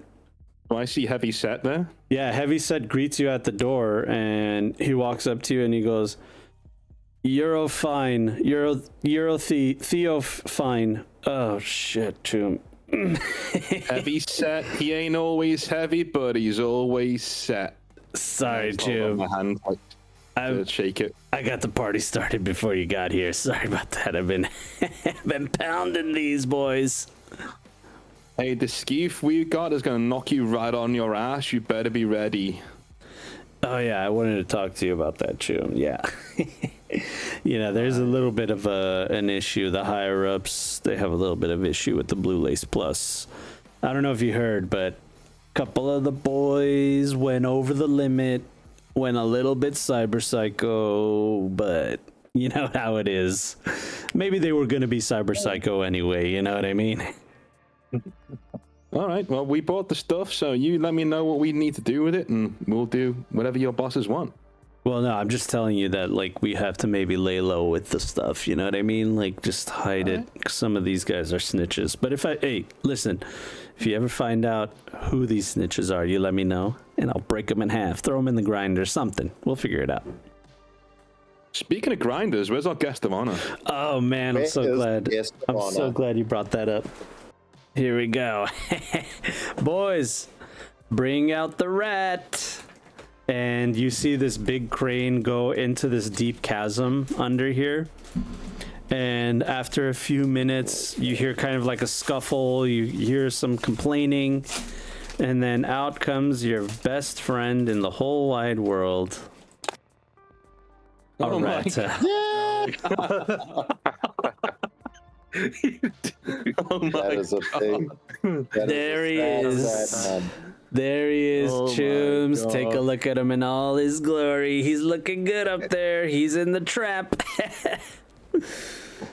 So you found him, huh? Cool. He was easy to find, you Cool. know. He was kind of in the gutter. I just had to look in the local gutter. How you doing over there, Arata-san? And he doesn't respond. He just like looks down. He sees you and he just looks down. I'm kind of losing all joy for this moment, gonna be honest. Like, that's cool, man. That's cool. That's awesome. Hey, where can a guy get a drink around here? Can I get beer or something? Roll me a persuasion to persuade Heavyset that you're excited. That you're still excited about it. Oh, 21. Yeah, with a 21, he sees you and he goes like, yeah, Chew, I knew you'd be stoked to see this. We'll just wait till the finale. You know, I told you about the grinder, right? How we put things in the grinder. Don't forward to the spoil grind. that. Don't spoil it. Sorry. I'm excited. You know what I mean? I've been wanting to put this guy through it for quite some time now. Doc's gonna go up to where Arata's hanging and just yell out, Arata, how's it hanging? He spits down at you, but it's nowhere near you, and it kind of just like hits part of his shoe. I've lost all. It's awkward all You're around. such a loser, you can't even spit properly. Just get it over with. Right. No, it's not exactly in my hands right now. I'm just here to watch. I have to be honest. Few times in my life have I been this happy. And Heavyset looks at you, Doc, and he says like, oh, wait, Doc, I got another prize for all of you. I forgot to mention, you know, the rat had somebody protecting him, so we had to pinch that guy too. We have him with us, and we're going to put him in the grinder first, and then we'll put Arata in the grinder. I don't know how you feel about that, but it should be a lot of fun. And then you see some of these enforcers bring out Barracuda, unarmed, beaten, bloodied. Oh shit. And they're just holding on to him. And he goes, Okay. looks at you, and he's like, Theo, come on, tell him I'm just a merc. Come on. These guys are crazy. They're going to put me through that thing. All right, Don't I'm going to talk to mention the Heavyset. C word, Barracuda. I'm going to talk to Heavyset. Heavy, can I have a quick word? Sure, whatever you want, Choom, but, you know, we want to try to get these festivities going. No, festivities, I'm all for. This dude over here, though, and I point towards Barracuda, I'm like, do you remember when I came to you and we, you know, well, I would say we had that fight ritual, but it really consisted of you punching my guts through my ass. Remember that? Good times. Good times. And I came to you, I was just some merc, right? And I'd been burned by this rat, and that's why me and you got a talking, right? And I would say our relationship's been pretty good since then. Pretty fruitful. Pretty fun. This guy is basically me. He's been screwed by the guy hanging up there. That's all. He was in the wrong place working for the wrong dude at the wrong time, Tune. I look at him and I see a kindred spirit. So I ask you, what can I do to get this guy away from the grinder? Heavyset just like looks at you all confused. He thinks you're joking, and then he sees that you're serious, and he just like goes, ugh. Don't tell me you're making me feel some feelings here, Choom. I hate this. Ugh. No feelings. No feelings. All logic. All logic. This guy is Small Fry. You really wanted to get out there that Maelstrom are picking around with Small Fry? Arata's a fixer, dude, and he crossed you. This guy's nothing. This guy is just a gun for hire, and he's not even good at doing that. Trust me, I've tussled with him in the past. Doing this, he'd be like squashing a bug. It's beneath you, dude. It's beneath you, quite frankly. I know how tough you guys are. Roll me a persuasion. At a -1, Right. because these guys are really eager. They're sadistic. Yeah. They're a gang. That is 21. Guys, I'm sorry. Just let him go. He's a chump. we're not gonna. And then you just see some audible ahs, like they're so disappointed. And No Oz, everyone, no Oz. The rat is right there. Get killing the rat. Get killing the rat. and Just like horrified by the doc and doesn't understand why he's so like pleased. I just say and to this guy's Barrett, literally gonna die. I say to Barracuda, let me get you a drink and you can be on your way. Or you can stick around, up to you. and he's I'm like, guessing you want to see this guy go in the melcher as much as I do. he looks at you and he's like, I owe you one, Choom. I really do. And listen, Heavyset, I'm telling you, this guy, I'm just working for him. Paycheck. That's it. It's just business. I don't care about him. Put him in the grinder Barracuda, twice. Stop talking. Stop talking. Heavyset comes up to Barracuda and he puts his hands around both arms. So like he's like behind him right here. And he just puts it on both arms like this, and he just like massaging his arms, and he goes, hey, count yourself lucky, Choom. Because if it wasn't for Theo saving your ass, you'd be in the grinder too. But, you know, I can't just let you walk away scot-free. And then he just starts gripping Barracuda's arms, and you just see his cyberware starting to warm up and steam coming off of them as the cooling system is trying to compensate for all the power that he's putting through them, because Barracuda has cyber arms as well. Like I said, Choom, can't let you go scot-free. And he just rips his cyber arms off of his torso, and Barracuda screams as cyber liquids just pour out of him and he falls to the ground unconscious. Okay, will he die if we don't do anything? What do you think, Doc? There's a cyber arm, so like... Doc, what would Doc think? Would he die? It's possible. It's possible. Like there's a circuit, you know, of blood and system and stuff. You gotta Doc do something. rolls his eyes and he's like, oh, okay. And runs over, gets his kits out, and he's going to try to do everything he can to make sure he just doesn't die. Now, I say to Heavyset, I go, Jesus, coming to a Maelstrom party's like, cost you an arm and a leg. I like that one, Chew. I'm going to use that one. Now, for the rest of you guys, if you guys truly don't care about Barracuda and what you just witnessed, then okay. But if it even bothers you a little bit, let me know. Yeah, I bothered. Yeah, I don't think being a merc, I was kind of expecting he wasn't going to get away with nothing. So yeah, not really. I'll be fine with it. As long as he lives, I'll be fine with it. Okay, so as long as he lives, but it is still a horrific thing to see. You know, they're gonna keep the cyber arms. He's gonna have to buy new cyber arms, and he was in crazy pain, of course.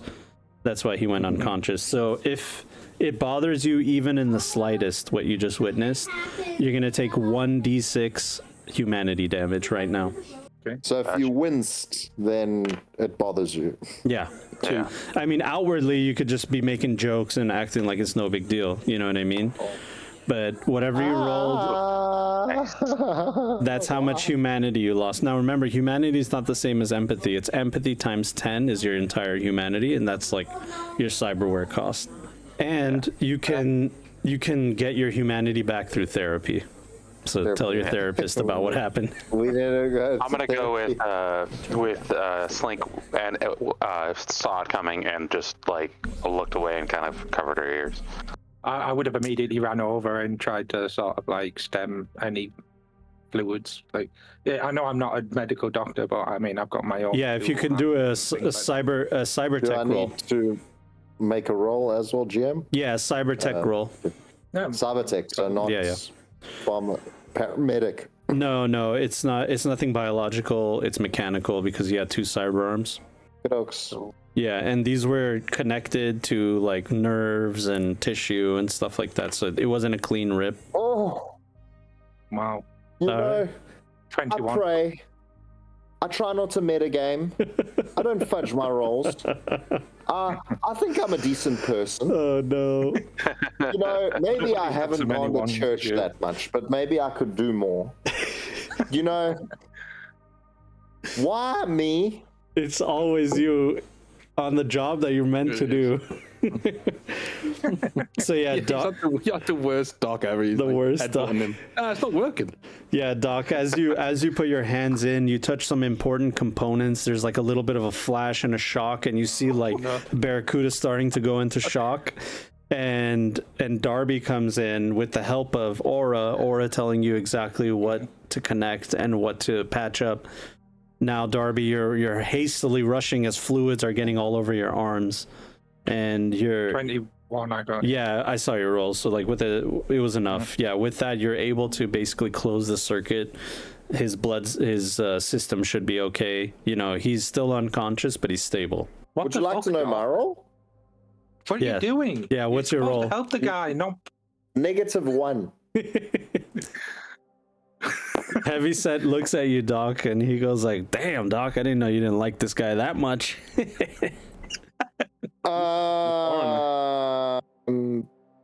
Yeah. And he just mumbles away, and he's like, "I can't do this tonight.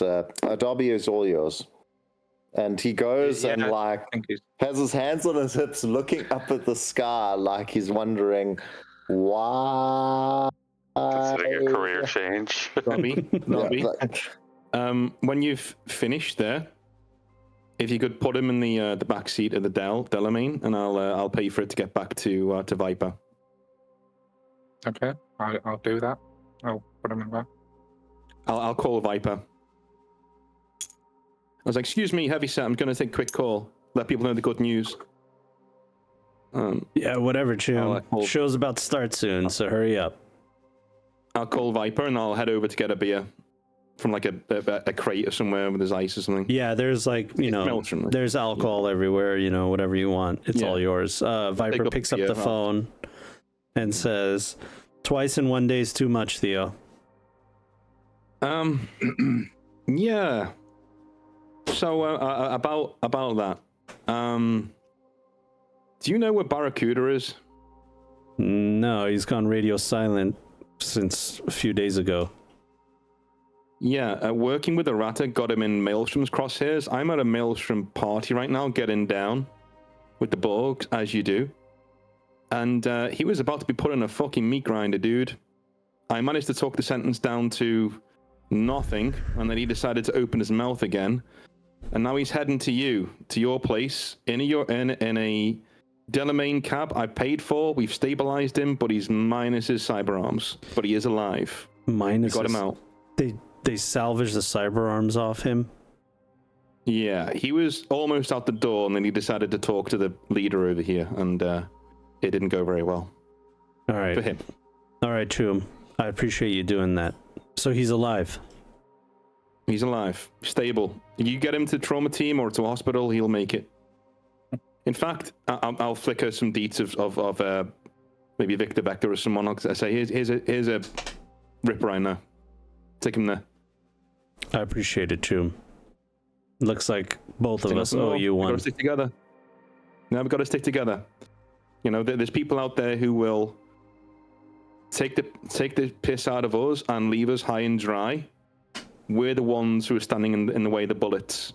This errata's going to get what's coming to him, although I kind of do feel for him now. But yeah, all right. Stay in touch. And she says, she says her goodbyes. You guys hang up, and you hear from the Delamain, "I am detecting a lowered heart rate below optimal levels. Would you like to purchase the ambulatory package?" I would like to, but I did spend 1,000 eddies on some champagne earlier. How much does that be, Del? How much is the 250 eddies? That's fine. Yeah. Doc says, "No, let me. I screwed up. I mixed up my wires." That's true. That is true. I'll pay for it. Charge it to my account, Delamain. Very well.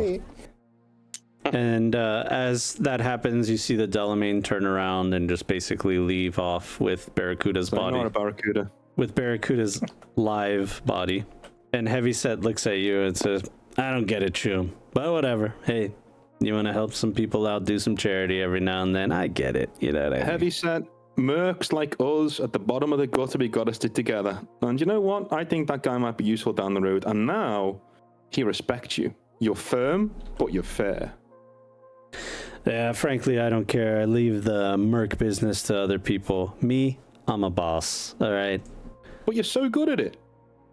I don't know if you're trying to razz me up, Choom, but I don't really like compliments all too much. They make me uncomfortable, make things happen in my stomach, and I don't like it. As I said, there's no compliments here. It's just logic. I see something, I call it out. Yeah, he picks up Barracuda's cyber arms, inspects them, and he says, mid-level tech. All right, boys, take that, put it in the pile. It's in the pile It's of not arms. fun. Someone's going to be put in the ground. I just put my hand on like the doc's shoulder. And, are you feeling okay there, pal? Like you're chanting to put Arata to his death, and then you're botching another job. Like what's going on? Look, the other job was my mistake, and I admit that. But Arata's getting what's coming to him, and I am very happy to watch it. Yeah, I no think more drink for you Doc, tonight. even Man. if- I think you've had Yeah. enough. I think even if we wanted to get a Rata out of this, like, we got one guy out of here, they're not going to go for two, so he's not long for this world, I don't think. I'm not even going to try. Darby, I understand you might feel a bit queasy about this, but this is something Theodore and I have set up, and we're going to see it through to the end. Oh, I agree. Arata has got what's coming to him, but starting a chant? Like, come on, dude. Where's your? It was decorum? more actually to just keep the atmosphere and not be blamed for being Maelstrom's good books. It was more about that than. I'm going to be honest. Theo's not sadistic, and he's very much a honorable, like, I will best you sort of a thing. But like seeing a guy hanging from like, and he's gonna have like this really slow death. Like, I'm not gonna stop it, but I'm also like, I really wish we could just plug him and get it over with. You know what I mean? Like honorable solo to solo. You know, but like. Well, you guys are getting front row seats to what it's like working with Maelstrom. You know what I mean? Like this is what it is. If you're gonna work with Maelstrom, this is what you're gonna witness. This is what you're gonna be a part of. Mm-hmm. You know what I mean? And that's just sometimes you got to accept that or not accept it. It's up to what you think your character would do, and that goes for Darby and Slink as well. Yeah, I'm gonna Doc talk has to a heavy zero sympathy for Arata. I'm going to talk to Heavyset and say, when we're done here, Heavyset, I've got another proposition for you, dude. If you, and for your bosses too, if they're amenable. But let's have some fun first, huh? I would love to hear that. I would love to hear it, Theo. Oh, actually, yeah. I got some business I want to talk to you about as well. That's right. I forgot to tell you about it. But yeah, you know, we've waited long enough. It looks like his wrists are getting a little raw, so he might break his wrists hanging there for too long, and then it'll ruin everything. So let's get straight to it, Choom. Would you like to do the honors? And he pulls out like this big construction, green button, red button goes down, green button goes up on the crane. I'm going to, for all of the trials and tribulations this guy put me through, I'm not the one who suffered for it bodily. Do you know what? Doc, get over here. It's all yours, Jim. Yeah, It ain't worth it. Theo, I think you're actually the one who needs to. He took out your girl. I mean, he took money from me, sure. Yeah, if anyone he's really hurt is you. I'm just here to watch. Yeah, yeah, but I wanted to wreck his life and his reputation. I wanted him to live with it. I got my ends. I ruined his life. You know what I mean? Like, you nearly died. In fact, no, so did I. Fuck this guy, and I pressed the button. Slink is going to, once again, like, look away and close the ears. Like, I think Slink's most actually kind of hanging back away from the whole situation. Like, trying to just be in the background. Darby would have liked to have looked at the mechanism of, like, of the grinder and things and see if there was a way to do it more humanely, like, without people knowing, but I think ultimately it's just going to jeopardize the whole thing, so he wouldn't have done anything. I don't want to push this button, but there's no way we're getting away with not doing this, so I'll bite the bullet and do it, yeah. fine. Yeah, I mean, But Darby. I'm not stopping it. I'm putting it all the way in, and I'm, he's going in this fucking thing. Yeah, Darby, this is an industrial grinder. It takes like big things like cars and big metallic objects, puts it through it, and breaks them into tiny parts. So obviously, it's not meant for a human being to go into. No, it's just like the crane. Like if there was a way of rigging the crane so it went quickly, so it wasn't such an agonizing death. But I think it's just going to jeopardize our. Yeah, you could sneak it. You could sneak it. You could go and like pretend like you're just like observing something and maybe like try to sneak and do it. It's up to you. I think Darby's been around too long to realize in front of all of these Maelstrom, and his stealth I don't think he's amazing at. So he just knows. Yeah, it's going to be gruesome, but yeah, he doesn't like it. Yeah, so I mean, as soon as you press the button, Theo, the grinder, the crane starts lowering him slowly, feet first, into a grinder that is in this chasm down here. And Arata never breaks eye contact with you, Theo, and just looks straight at you. And then after that, it's not a pretty sight. The agony reaches him as he is swallowed up into the grinder. Thankfully, or not, you're not sure, but the trauma to his body is so severe that he immediately goes into shock and is unconscious. But if you keep watching, it's a gruesome sight. And the rest of the Maelstrom, they're like laughing and cheering, and some of them are getting sprayed, and they're laughing and like looking at each other and pointing at each other. And anybody that was looking is going to take 2d6 humanity. Yeah. And Slink, you're going to take 1d6. Just from the sound itself. Yep. I did not break eye contact the entire time, so. Did I? For 7. humanity, right? Yep, humanity. Oh, rough. Oof, the max. Yeah, I mean, I got it easy on the last one. But yeah. I mean, hey, look, it affected you. Like this is. So welcome to working with Maelstrom. yeah. This is Night City. We're not playing 5th edition Dungeons This ain't and Critical Role, Dragons. folks. Yeah, this isn't Critical Role. Yeah. Darby sees the dock in a new light. He thought he didn't think he was sadistic, but he's a bit concerned about him. Well, that conversation can be had at a later time, to try to justify. Talk to him about it. Yeah, you can talk to him about it. But, all things considered, it is what it is. It's over. The music turns back on.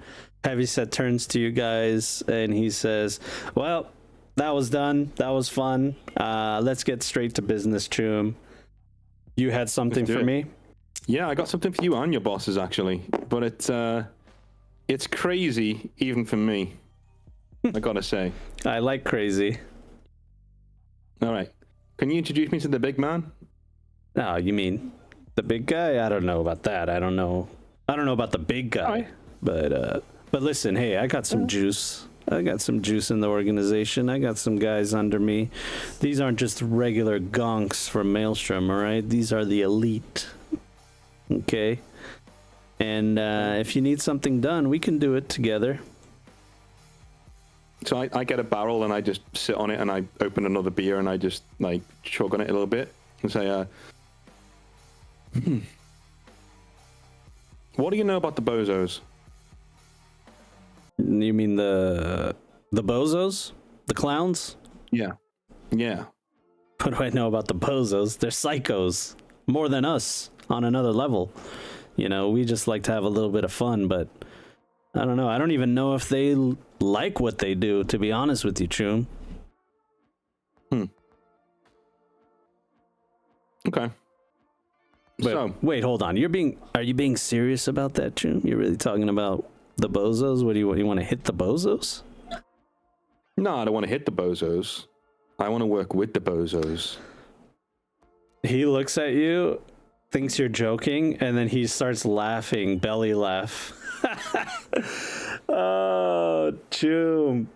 You've had a little too much. No.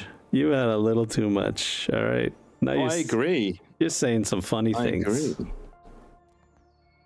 Thing is, heavy set.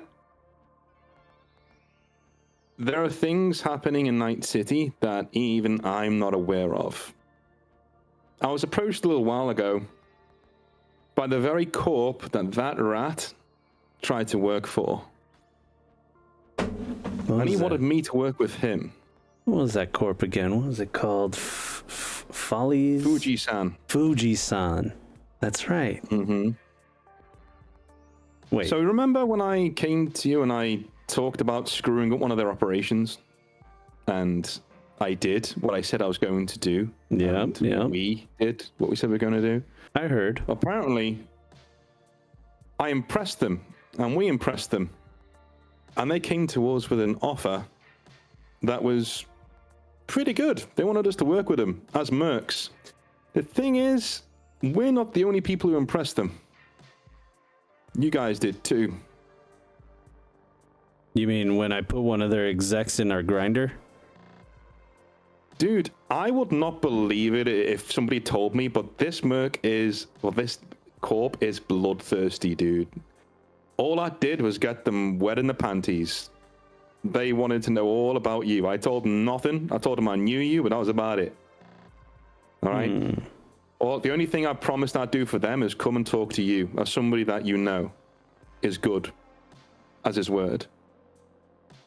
I don't know, Choom. Those corporations leave a bad taste in my mouth. You know, they wear those suits. They think they're better than us, and they think they know what they're doing in the streets. And then at the end of the day, they need me, and they need us for their own gains. I agree. Do you want to hear what their proposition is? And then you can tell me yay or nay, and I can take that back to them. But I will say this. I'm on for a lot of money from this gig, but if I can't get you on board with me, I'm going to walk away. That's just me. Well, listening is free, so fine. I'm listening. So I lay out the plan. I say, listen, they want anarchy in the streets. They want open warfare. They want the two most badass psychotic gangs taking it to everybody on the streets. Now, don't get me wrong, they probably got some other plan in the works somewhere that they're going to be doing their own ends. Whilst we make a song and dance over here, they'll be over here doing their own thing. But by God, will we get to have fucking fun doing it. Heavyset is thinking about it, and he turns to you and he It's says... the big leagues, man. You wanted resources to make anarchy? I'm giving you those opportunities. You ready? Well, listen, Choom. Of course they want us to work for them and cause chaos. Of course they would love for a gang like the Maelstrom and a weird gang like the Bozos to cause chaos in Night City. But where does that put them and where does that put us when all things are said and done? That puts us in deep shit, Choom. What's in it for us? I'll tell you what. Why don't you speak to the big man himself? You can negotiate your own price. I don't want to speak for you, and I don't want to speak for him. But if I can put you guys in a room or on a call, you can negotiate your own price. You can find out what's in it for you. I'm just a messenger. I said I'd get you and the bozos in the room without killing each other. I don't know how successful that's going to be. I'm backing you guys to win if it does come down to that. That's why I came to you first. This shit's going to go down either way, Heavyset. Like, if it's not the Maelstrom, it'll be some other gang who gets a massive injection of funds and a massive injection of resources, and then they're coming after your turf. You know, I'm bringing this to you first. And as I said, if you don't want this, I'll walk away, because I don't want any other gang taking over this district. This is Maelstrom turf. This conversation's killing my buzz, Choom, but hey, listen. The big man's not going to be keen on this, all right? Part of how we operate is we operate alone. We don't work with corporations. We don't work with other gangs. We're not the Tiger Claws licking Arasaka's boots. And trust me, Militech has come by many times. Many times. They weren't pencil necks like that Fujisan guy. These guys are real guys, you know what I mean? Even their corpse know how to fight. But we've always told them the same thing that we've told any other corporation, no. So why would we work with Fujisan? I'm not asking you to work with Fujisan. I'm asking you to work with the bozos. Fujisan are going to get their end from you working with them, but it's indirect. And the guy who wants to lead this whole thing, he's not a normal corpo dude.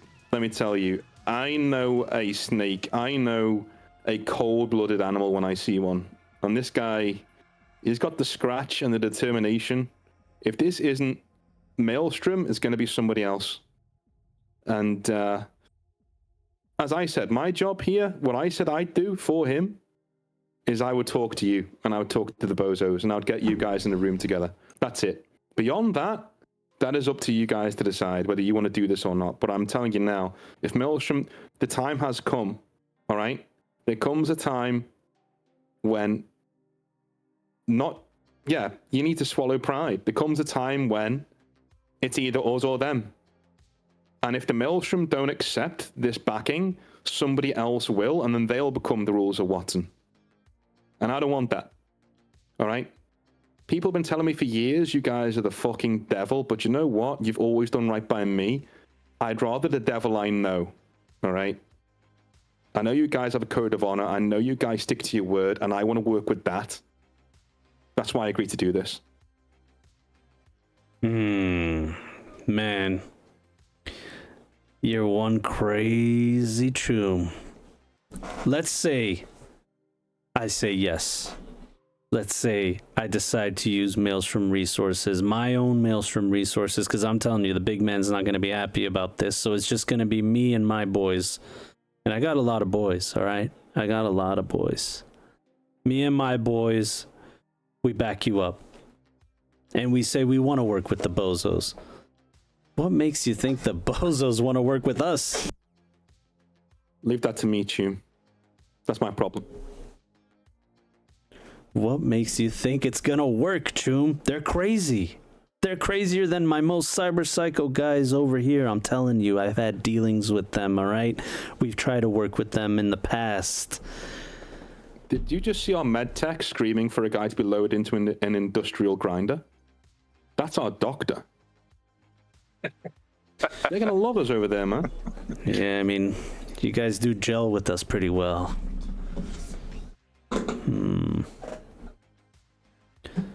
Well, if I've got your assent, I'll go talk to them. I'll see if I can get them in a room. The bozos. You should also consider that you want to be on this side of the potential conflict that could happen than Tiger Claws buddying up with the bozos and then you're outnumbered. You want to be on Fujisan's side. I mean, Doc, we got a guy with his head on his shoulders, right? This is a guy who's into the Maelstrom ethos of putting people in fucking grinders. What do you think? And you know, if Doc doesn't see a good deal here, he'll tell you. Like, Doc, what's your opinion? I don't like working for Corps. We know this. We know they're sleazy. We know they're scumbags, and they're always looking for an angle. But if I happen to be doing something that gets me paid, and it happens to be in the corpo's benefit, well, that's a good day in my business. Slink? I mean... Sorry, Chimera. Sorry, got your name wrong there. I mean, if we're going for it, we're going for it. No sense in half-assing it. See? And these are grounded people, heavy set. If it's more palatable to the Maelstrom, I'm sure we have no qualms with being a go-between between yourselves and Fujisan, since at least for the foreseeable, until you get acquainted with the bozo. That's a good point. And we could do it with bozos too. He looks at you guys and he says, Well, there's one thing that we would like from the bozos. Well, more than one thing. But, it's been a pipe dream. And he turns around and he whispers something to one of these guys over here. And the guy nods, and then he goes over to some other guy, and then that guy leaves to a vehicle. And Heavyset says, in about 10 minutes, one of my boys is going to bring parts of a body here. A bozo body. All right? I told you we've had dealings with them in the past. And we used to think they were just a bunch of psychos, a little bit more unhinged than us. Obviously, they're a little bit cyber psycho because they don't feel pain. They don't care about their comrades dying. I mean, really, we don't know what they care about or what their motivations are. But there is one thing that we do know. They've got tech like we've never seen before. Mm-hmm. You want access? I want more than access. I want everything. Everything and anything. I don't want to be working for them or working with them. I'll work with you, Theo. All right? I don't want to work for Fuji-san. I don't want to work for the bozos. But me and you, we can do business together. And if you can get me the tech that I want from the bozos, and you can get me all the scratch I need, then I don't care if you work with Fuji-san and the bozos. That's fair enough. How about this? When I go to the bozos, they're going to say, that's all well and good, but what are they offering us, right? What can Maelstrom offer them so I can have something to take to them? And, you guys converse a little bit more, and as you're conversing, somebody comes and a vehicle comes, they bring a body bag, they open the body bag, and inside is the torso, one arm, one leg, and the head of a bozo. The face of the bozo is still smiling. And it's kind of like a transfixed smile on their face. And Heavyset says, take a look. And is inviting you to basically observe the body. Can I have a look at the body? Darby? Your field of expertise. All right, Darby, give me a cyber tech roll. And Doc is also. Doc as well, yeah. Anybody who has cyber tech. I think that's a 12. Sorry, which roll was it? Cyber tech. So 19. 19, okay. Where is that? Wait for Slink. Yep. Oh, no, it's 18. What am I? Okay. Like maths. I'm distracted. Yeah, you're still reeling over what you just witnessed. You know what I mean? So that is a total of -6 then, right? So 7. All right. So with Slink's looking at the pavement. yeah, so you're completely distracted, but Darby, as you're looking at the body, you're seeing components put together in a way that you've never seen before. Not only like this is tech that you've seen before, but it's put together in a way that you've never seen before. The cyber arms are intertwined with the cyber legs, with the neural ports, so they can basically maneuver and operate their body with thoughts faster than any human being can. And like this is not no Sandevistan, nothing like that. Everything is chrome on them, like almost everything. Their face is completely biosculpted. You don't even know what the original person looked like before, because everything has been changed for this person. And the way that you're seeing that all of the stuff was installed could lead you into the direction of thinking like this might not even have been a willing participant. Does it look like it's a manufactured thing, or does it look like for example, is there screws keeping things together, or does it look like it's sort of like almost biomechanically constructed to them? It's basically such a perfect symbiosis of flesh and machine to a level that you don't even understand. Right. And it's not it's only for function. There's no comfort involved. In fact, looking at it, the way the nerves go over some of the cyberware, like this person was in constant pain as well. Wow. And you're seeing like drug injectors as well, like all over the body. So they're pumping them full of drugs. They've biosculpted them to look like clowns, and everything is in perfect harmony with itself for utility and function. I relate to the group. This is some crazy manufacture and craftsmanship. I've never seen anything. This guy must have been in so much pain just moving his arm. But what I can tell you is it's so expertly done that it's the best chrome I've seen on the market. I've never seen anything like this. Fair enough. This guy took out 4 of my best guys by himself, and we pumped him full of every kind of caliber of bullet, and he just shrugged it off and laughed at us until he finally went down. So you want access to this? Yeah. Yeah, I do. Because if the Maelstrom had this, or something similar to this, because, you know, I'm a messed up guy, you know, I don't have a soul anymore. You know, I like the grinder. You see what I like. I've accepted that, and I like it. But this, it's a little too much for me. So let's say I can get you access to their rippers. What are you offering in return? Shit, Choom.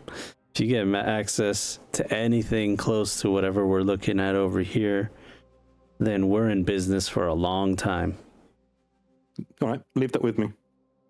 Heavyset, would I be allowed to take this carcass with me, just to check out in my own tech workshop? Yeah.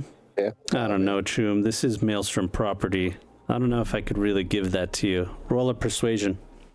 I'm going to say Heavyset, like, it would be, if we could have this, it would let our guys at Fuji-san know what we're working with, and also, when I go to the Bozos, it will let them know exactly what you want, like the kind of shit you're looking for. Because we don't know what their capabilities are. They could have a lot of things on tap, some of which you're not interested in. All right, well, listen, how about this? Instead of giving you the body, 19. Yeah. you have full access to it anytime you want. All right, you just come over to us and do any of the snooping that you want to do, but I can't let this go. All right, I can't let it go. That's acceptable. No, I understand. Darby, you okay with that? Yeah. I look around. Is the guy that brought the body? Is he a tech himself? Like who? No, he was just a lackey. I mean, he could be a tech. You don't know. He was just, you know, one of his lackeys. Yeah, Heavyset, sure. Give me the deets of your tech guy, and I'll liaise with him. The details are yours, Choom. Thanks. Can't believe we're doing this. So you really want to do this, huh? So wait, what's your idea, huh? We're just gonna go over to Bozo territory, knock on the door, and say, "Hey, let's have a conversation." Heavyset, you're not doing any of the heavy lifting, my friend. I know you can, but you leave the talking to me. Yeah, I will go to the Bozos. I will try and get them on board. We will see. And once we do that, if they're amenable and they're happy, then we'll get everybody in a room or on a call, whatever it is, and we'll hash this out. What I will do, me and my team, all of us, we will be the go-betweens between Fuji-san and yourselves. You don't need to talk to them. You don't need to negotiate with them, right? Anything you want to say to them, you can say to us, and vice versa. I don't want you guys sullying yourselves speaking to corpo trash, all right? Let me do that. Let me handle that, right? In terms of Bozos, I will speak for you as much as you want me to, but gang to gang, I'd rather you did that yourselves eventually, but we'll see. We'll see how this goes. I'm guessing if they give you access to the good shit, you're going to want to say hello to them anyway, so we'll see. I like you, and I want to make sure that I get a return on my investment. So if you're going to go into Bozo territory talking to the Bozos, then you shouldn't do it alone. All right? At least have me and my boys on standby somewhere nearby so we can get you out of a bad situation if we need to, or we can just salvage some of the bodies that you guys have left over after things go south. You got it. You got it. I can't believe we're doing this, Choom. This is crazy. But crazy's good. Crazy's crazy, I think. Maelstrom's MO, man. Yeah, crazy's This is good. party. We like I this. like it. I like it. Yeah. That's nice. Yeah. Oh, about our business. Two things. Number one, Blue Lace Plus. All right, it's good. I like it. It's fun. The boys like it. The problem is the boys like it a little too much. All right. So the higher ups have been asking me to not get involved with it anymore. But like I said, they don't always know what's good for the gang. Okay. I've noticed that the boys operate well when we have some Blue Lace Plus with us. You know what I mean? I know what you mean. Hey, Doc, do we have any with us? We should have done, yeah. We got some with us. Yeah, we got the ingredients, but I haven't made any. Okay. If we I do can have make any some honors, now. yeah, cook some up now, and we'll leave you with we'll leave you as a taster, as a thank you for hosting us. And then hopefully, after they sit down with the bozos, we'll be having more excuses to use more of the stuff in the party. He's like, 10 doses, just so we can have some fun right now. Slips it to you. I can do that. I would say, is their money any good with us, Doc? Or What? like, shall we give them this for free, or shall we? How much is 10 shots? 500 eddies it would be. It's 50 each. 500. Yeah. Give them at a cost. Okay. That cost? All right. Well, you might want to lie about what your cost is, because then they'll be like, why are you charging me this much then? Yeah, exactly. No, let's just do it. Let's just do it. I'll give you the difference, man. Let's just give it to them. Let's give it to them. Okay. Because yeah, this is no. Your money's no good with us tonight. All right. This is from us to you. All right, Joom. All right. Well, that brings us to a second order of business. All right. We pinched some stuff from a new heist that we went on. There was some NCPD snooping around in our area. So we had to give them a little bit of a talking to. And by talking to, I meant smash their heads in. But we looked in the trunk of one of their vehicles and we got some really interesting things that we're trying to get rid of. So if you guys are interested, and he beckons over one of the guys, they open up this big briefcase, giant briefcase, and they put it on the ground, open up the latches, and flip it open, and this is what you see. Ooh. Dang. Holy shit. That's right, Chooms. We got some nice little modifications for any kind of beautiful weaponry that you have. We're trying to get rid of some of it, so if you know anybody that wants some of this stuff, let me know. Or if you guys want some of this stuff, let me know. And we can do some business. Yeah, leave that with me. I'll be in touch. There's some nice goodies here. All right. I'll definitely want a melee grip from you. I can Yeah, of money now, course. or we can do it in bulk when we know what we want. Of course, Choom, of course. That's the whole idea. You know, we work with trust. You can take it with you. Take whatever you need. Pay me later. That's fine. I know where you live. I laugh like sort of like awkwardly to that. Yeah. If I've got a need, I know there's the man to come to. I'll leave it for now, but I will be back. There's some good stuff here.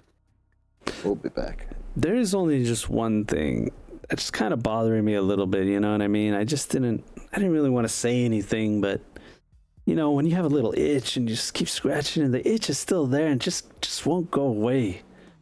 And then he slowly turns to you, Coil. Uh-oh.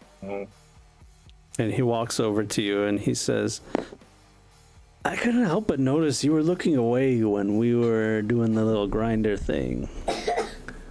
I just want to know, what's up with that?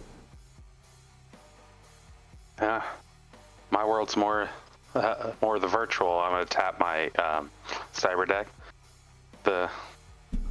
I guess I'm just a little squeamish. Squeamish. That's another word for weak. I have my strengths. Is that right, Oh, yeah. Theo? He turns to you, Theo, and he says,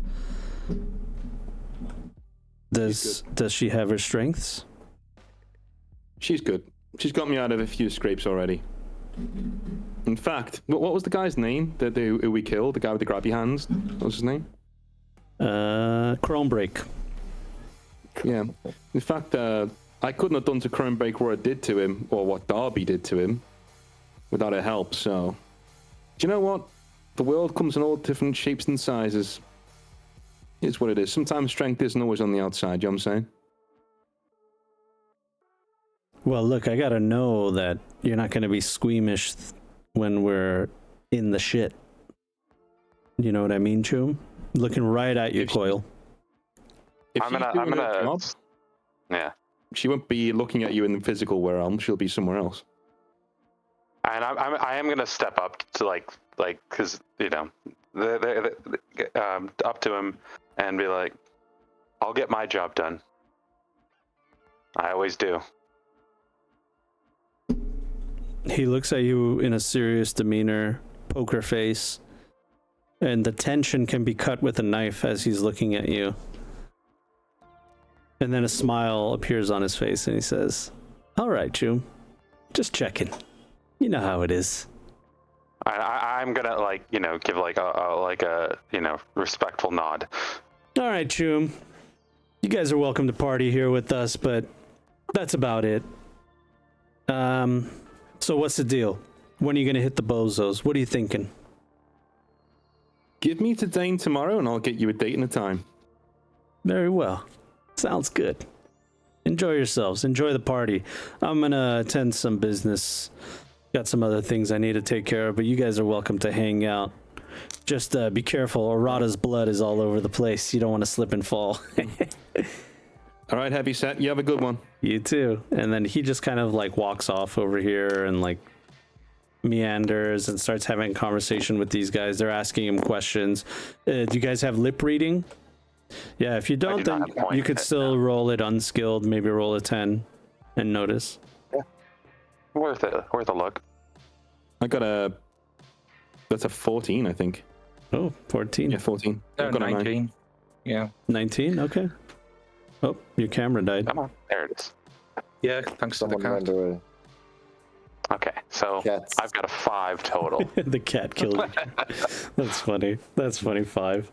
All right, yeah, with 14, 19, yeah, that's enough. You can kind of see some of the words coming out of Heavyset's mouth. The other Maelstrom are like, did I overhear bozos? Like something like that. And then he's basically saying like, don't worry about it. Don't worry about it. I got this under control. And so you're seeing a lot of like uneasy Maelstrom guys. Like, what the hell are these guys talking about? You know what I mean? Slink, you handled that very well. Like, that's good. Very well. Stone cold merc. Shit. That's good. Good stuff. I'm just gonna nod and it's like, yeah, but maybe we shouldn't stick around too long. No, I was going to grab a few beers for the cab ride home, and we'll go.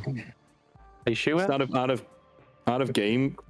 You know, we're going to get to a stage where Doc's will be like nearly dead, and Doc will heal everybody with like straight 10s every single time. Yeah. Don't say that. And it's going to be orgasmic.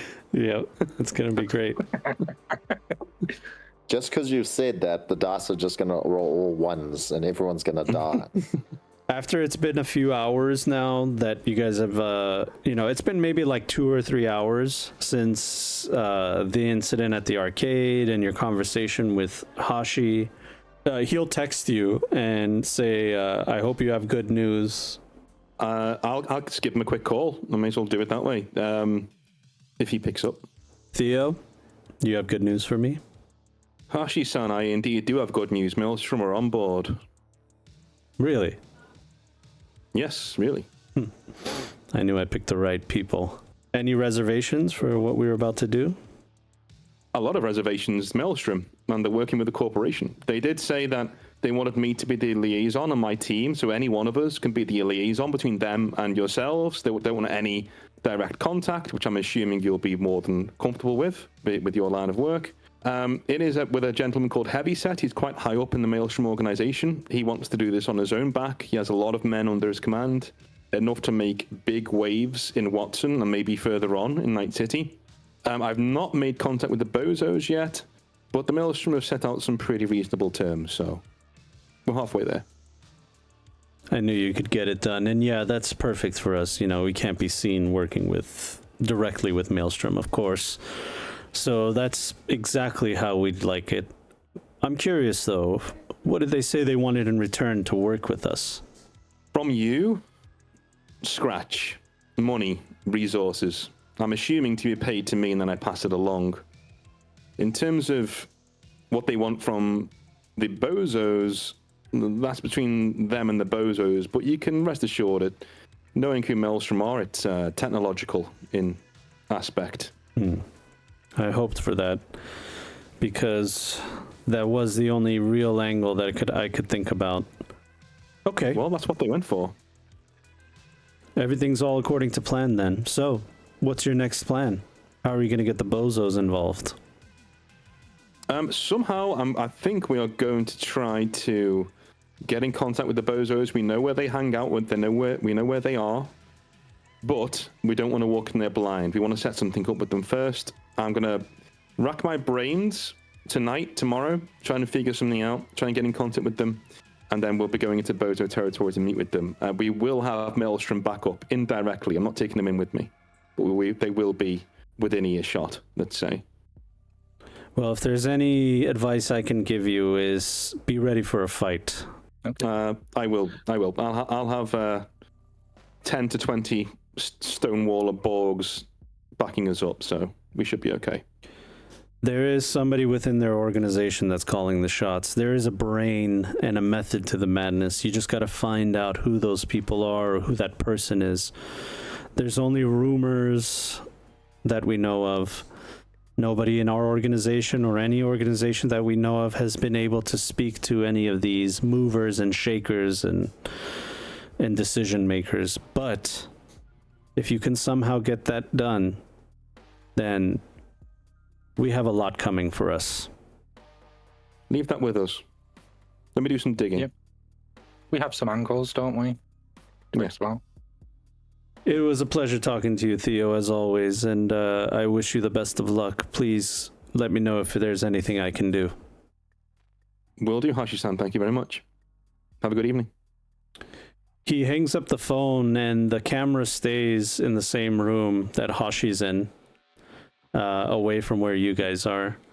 And he hangs up the phone, and the camera is only focused on his back as he's looking out the window into the Night City skyline.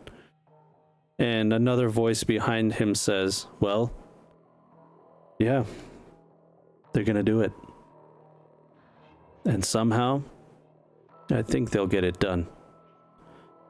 And what about, in the end, what will you do with them? That's yet to be determined, but everything is going according to plan. And that's where we'll leave our session off this week, gents. Dang. Great stuff. We're getting into deep water. We're the big boys now, aren't we? That's it. Yeah. Thank you guys so much for being a part of this session. And Thanks, John. I'm curious Great to as see always. what will happen next. I am very curious. Thank you very much, John. That was awesome as always. Yeah, thank Thanks, you. John. Absolutely. Thank you all so Okay. much. Have a wonderful day. Thank you for watching. Make sure you like and subscribe and comment and do all those things. We really appreciate the support and the kind words from everybody on my channel and on North's channel. And Yeah. Very nice. we'll see you guys on the next one. See you later. Looking Thanks, forward everyone. to it. Bye now. Hello, everyone.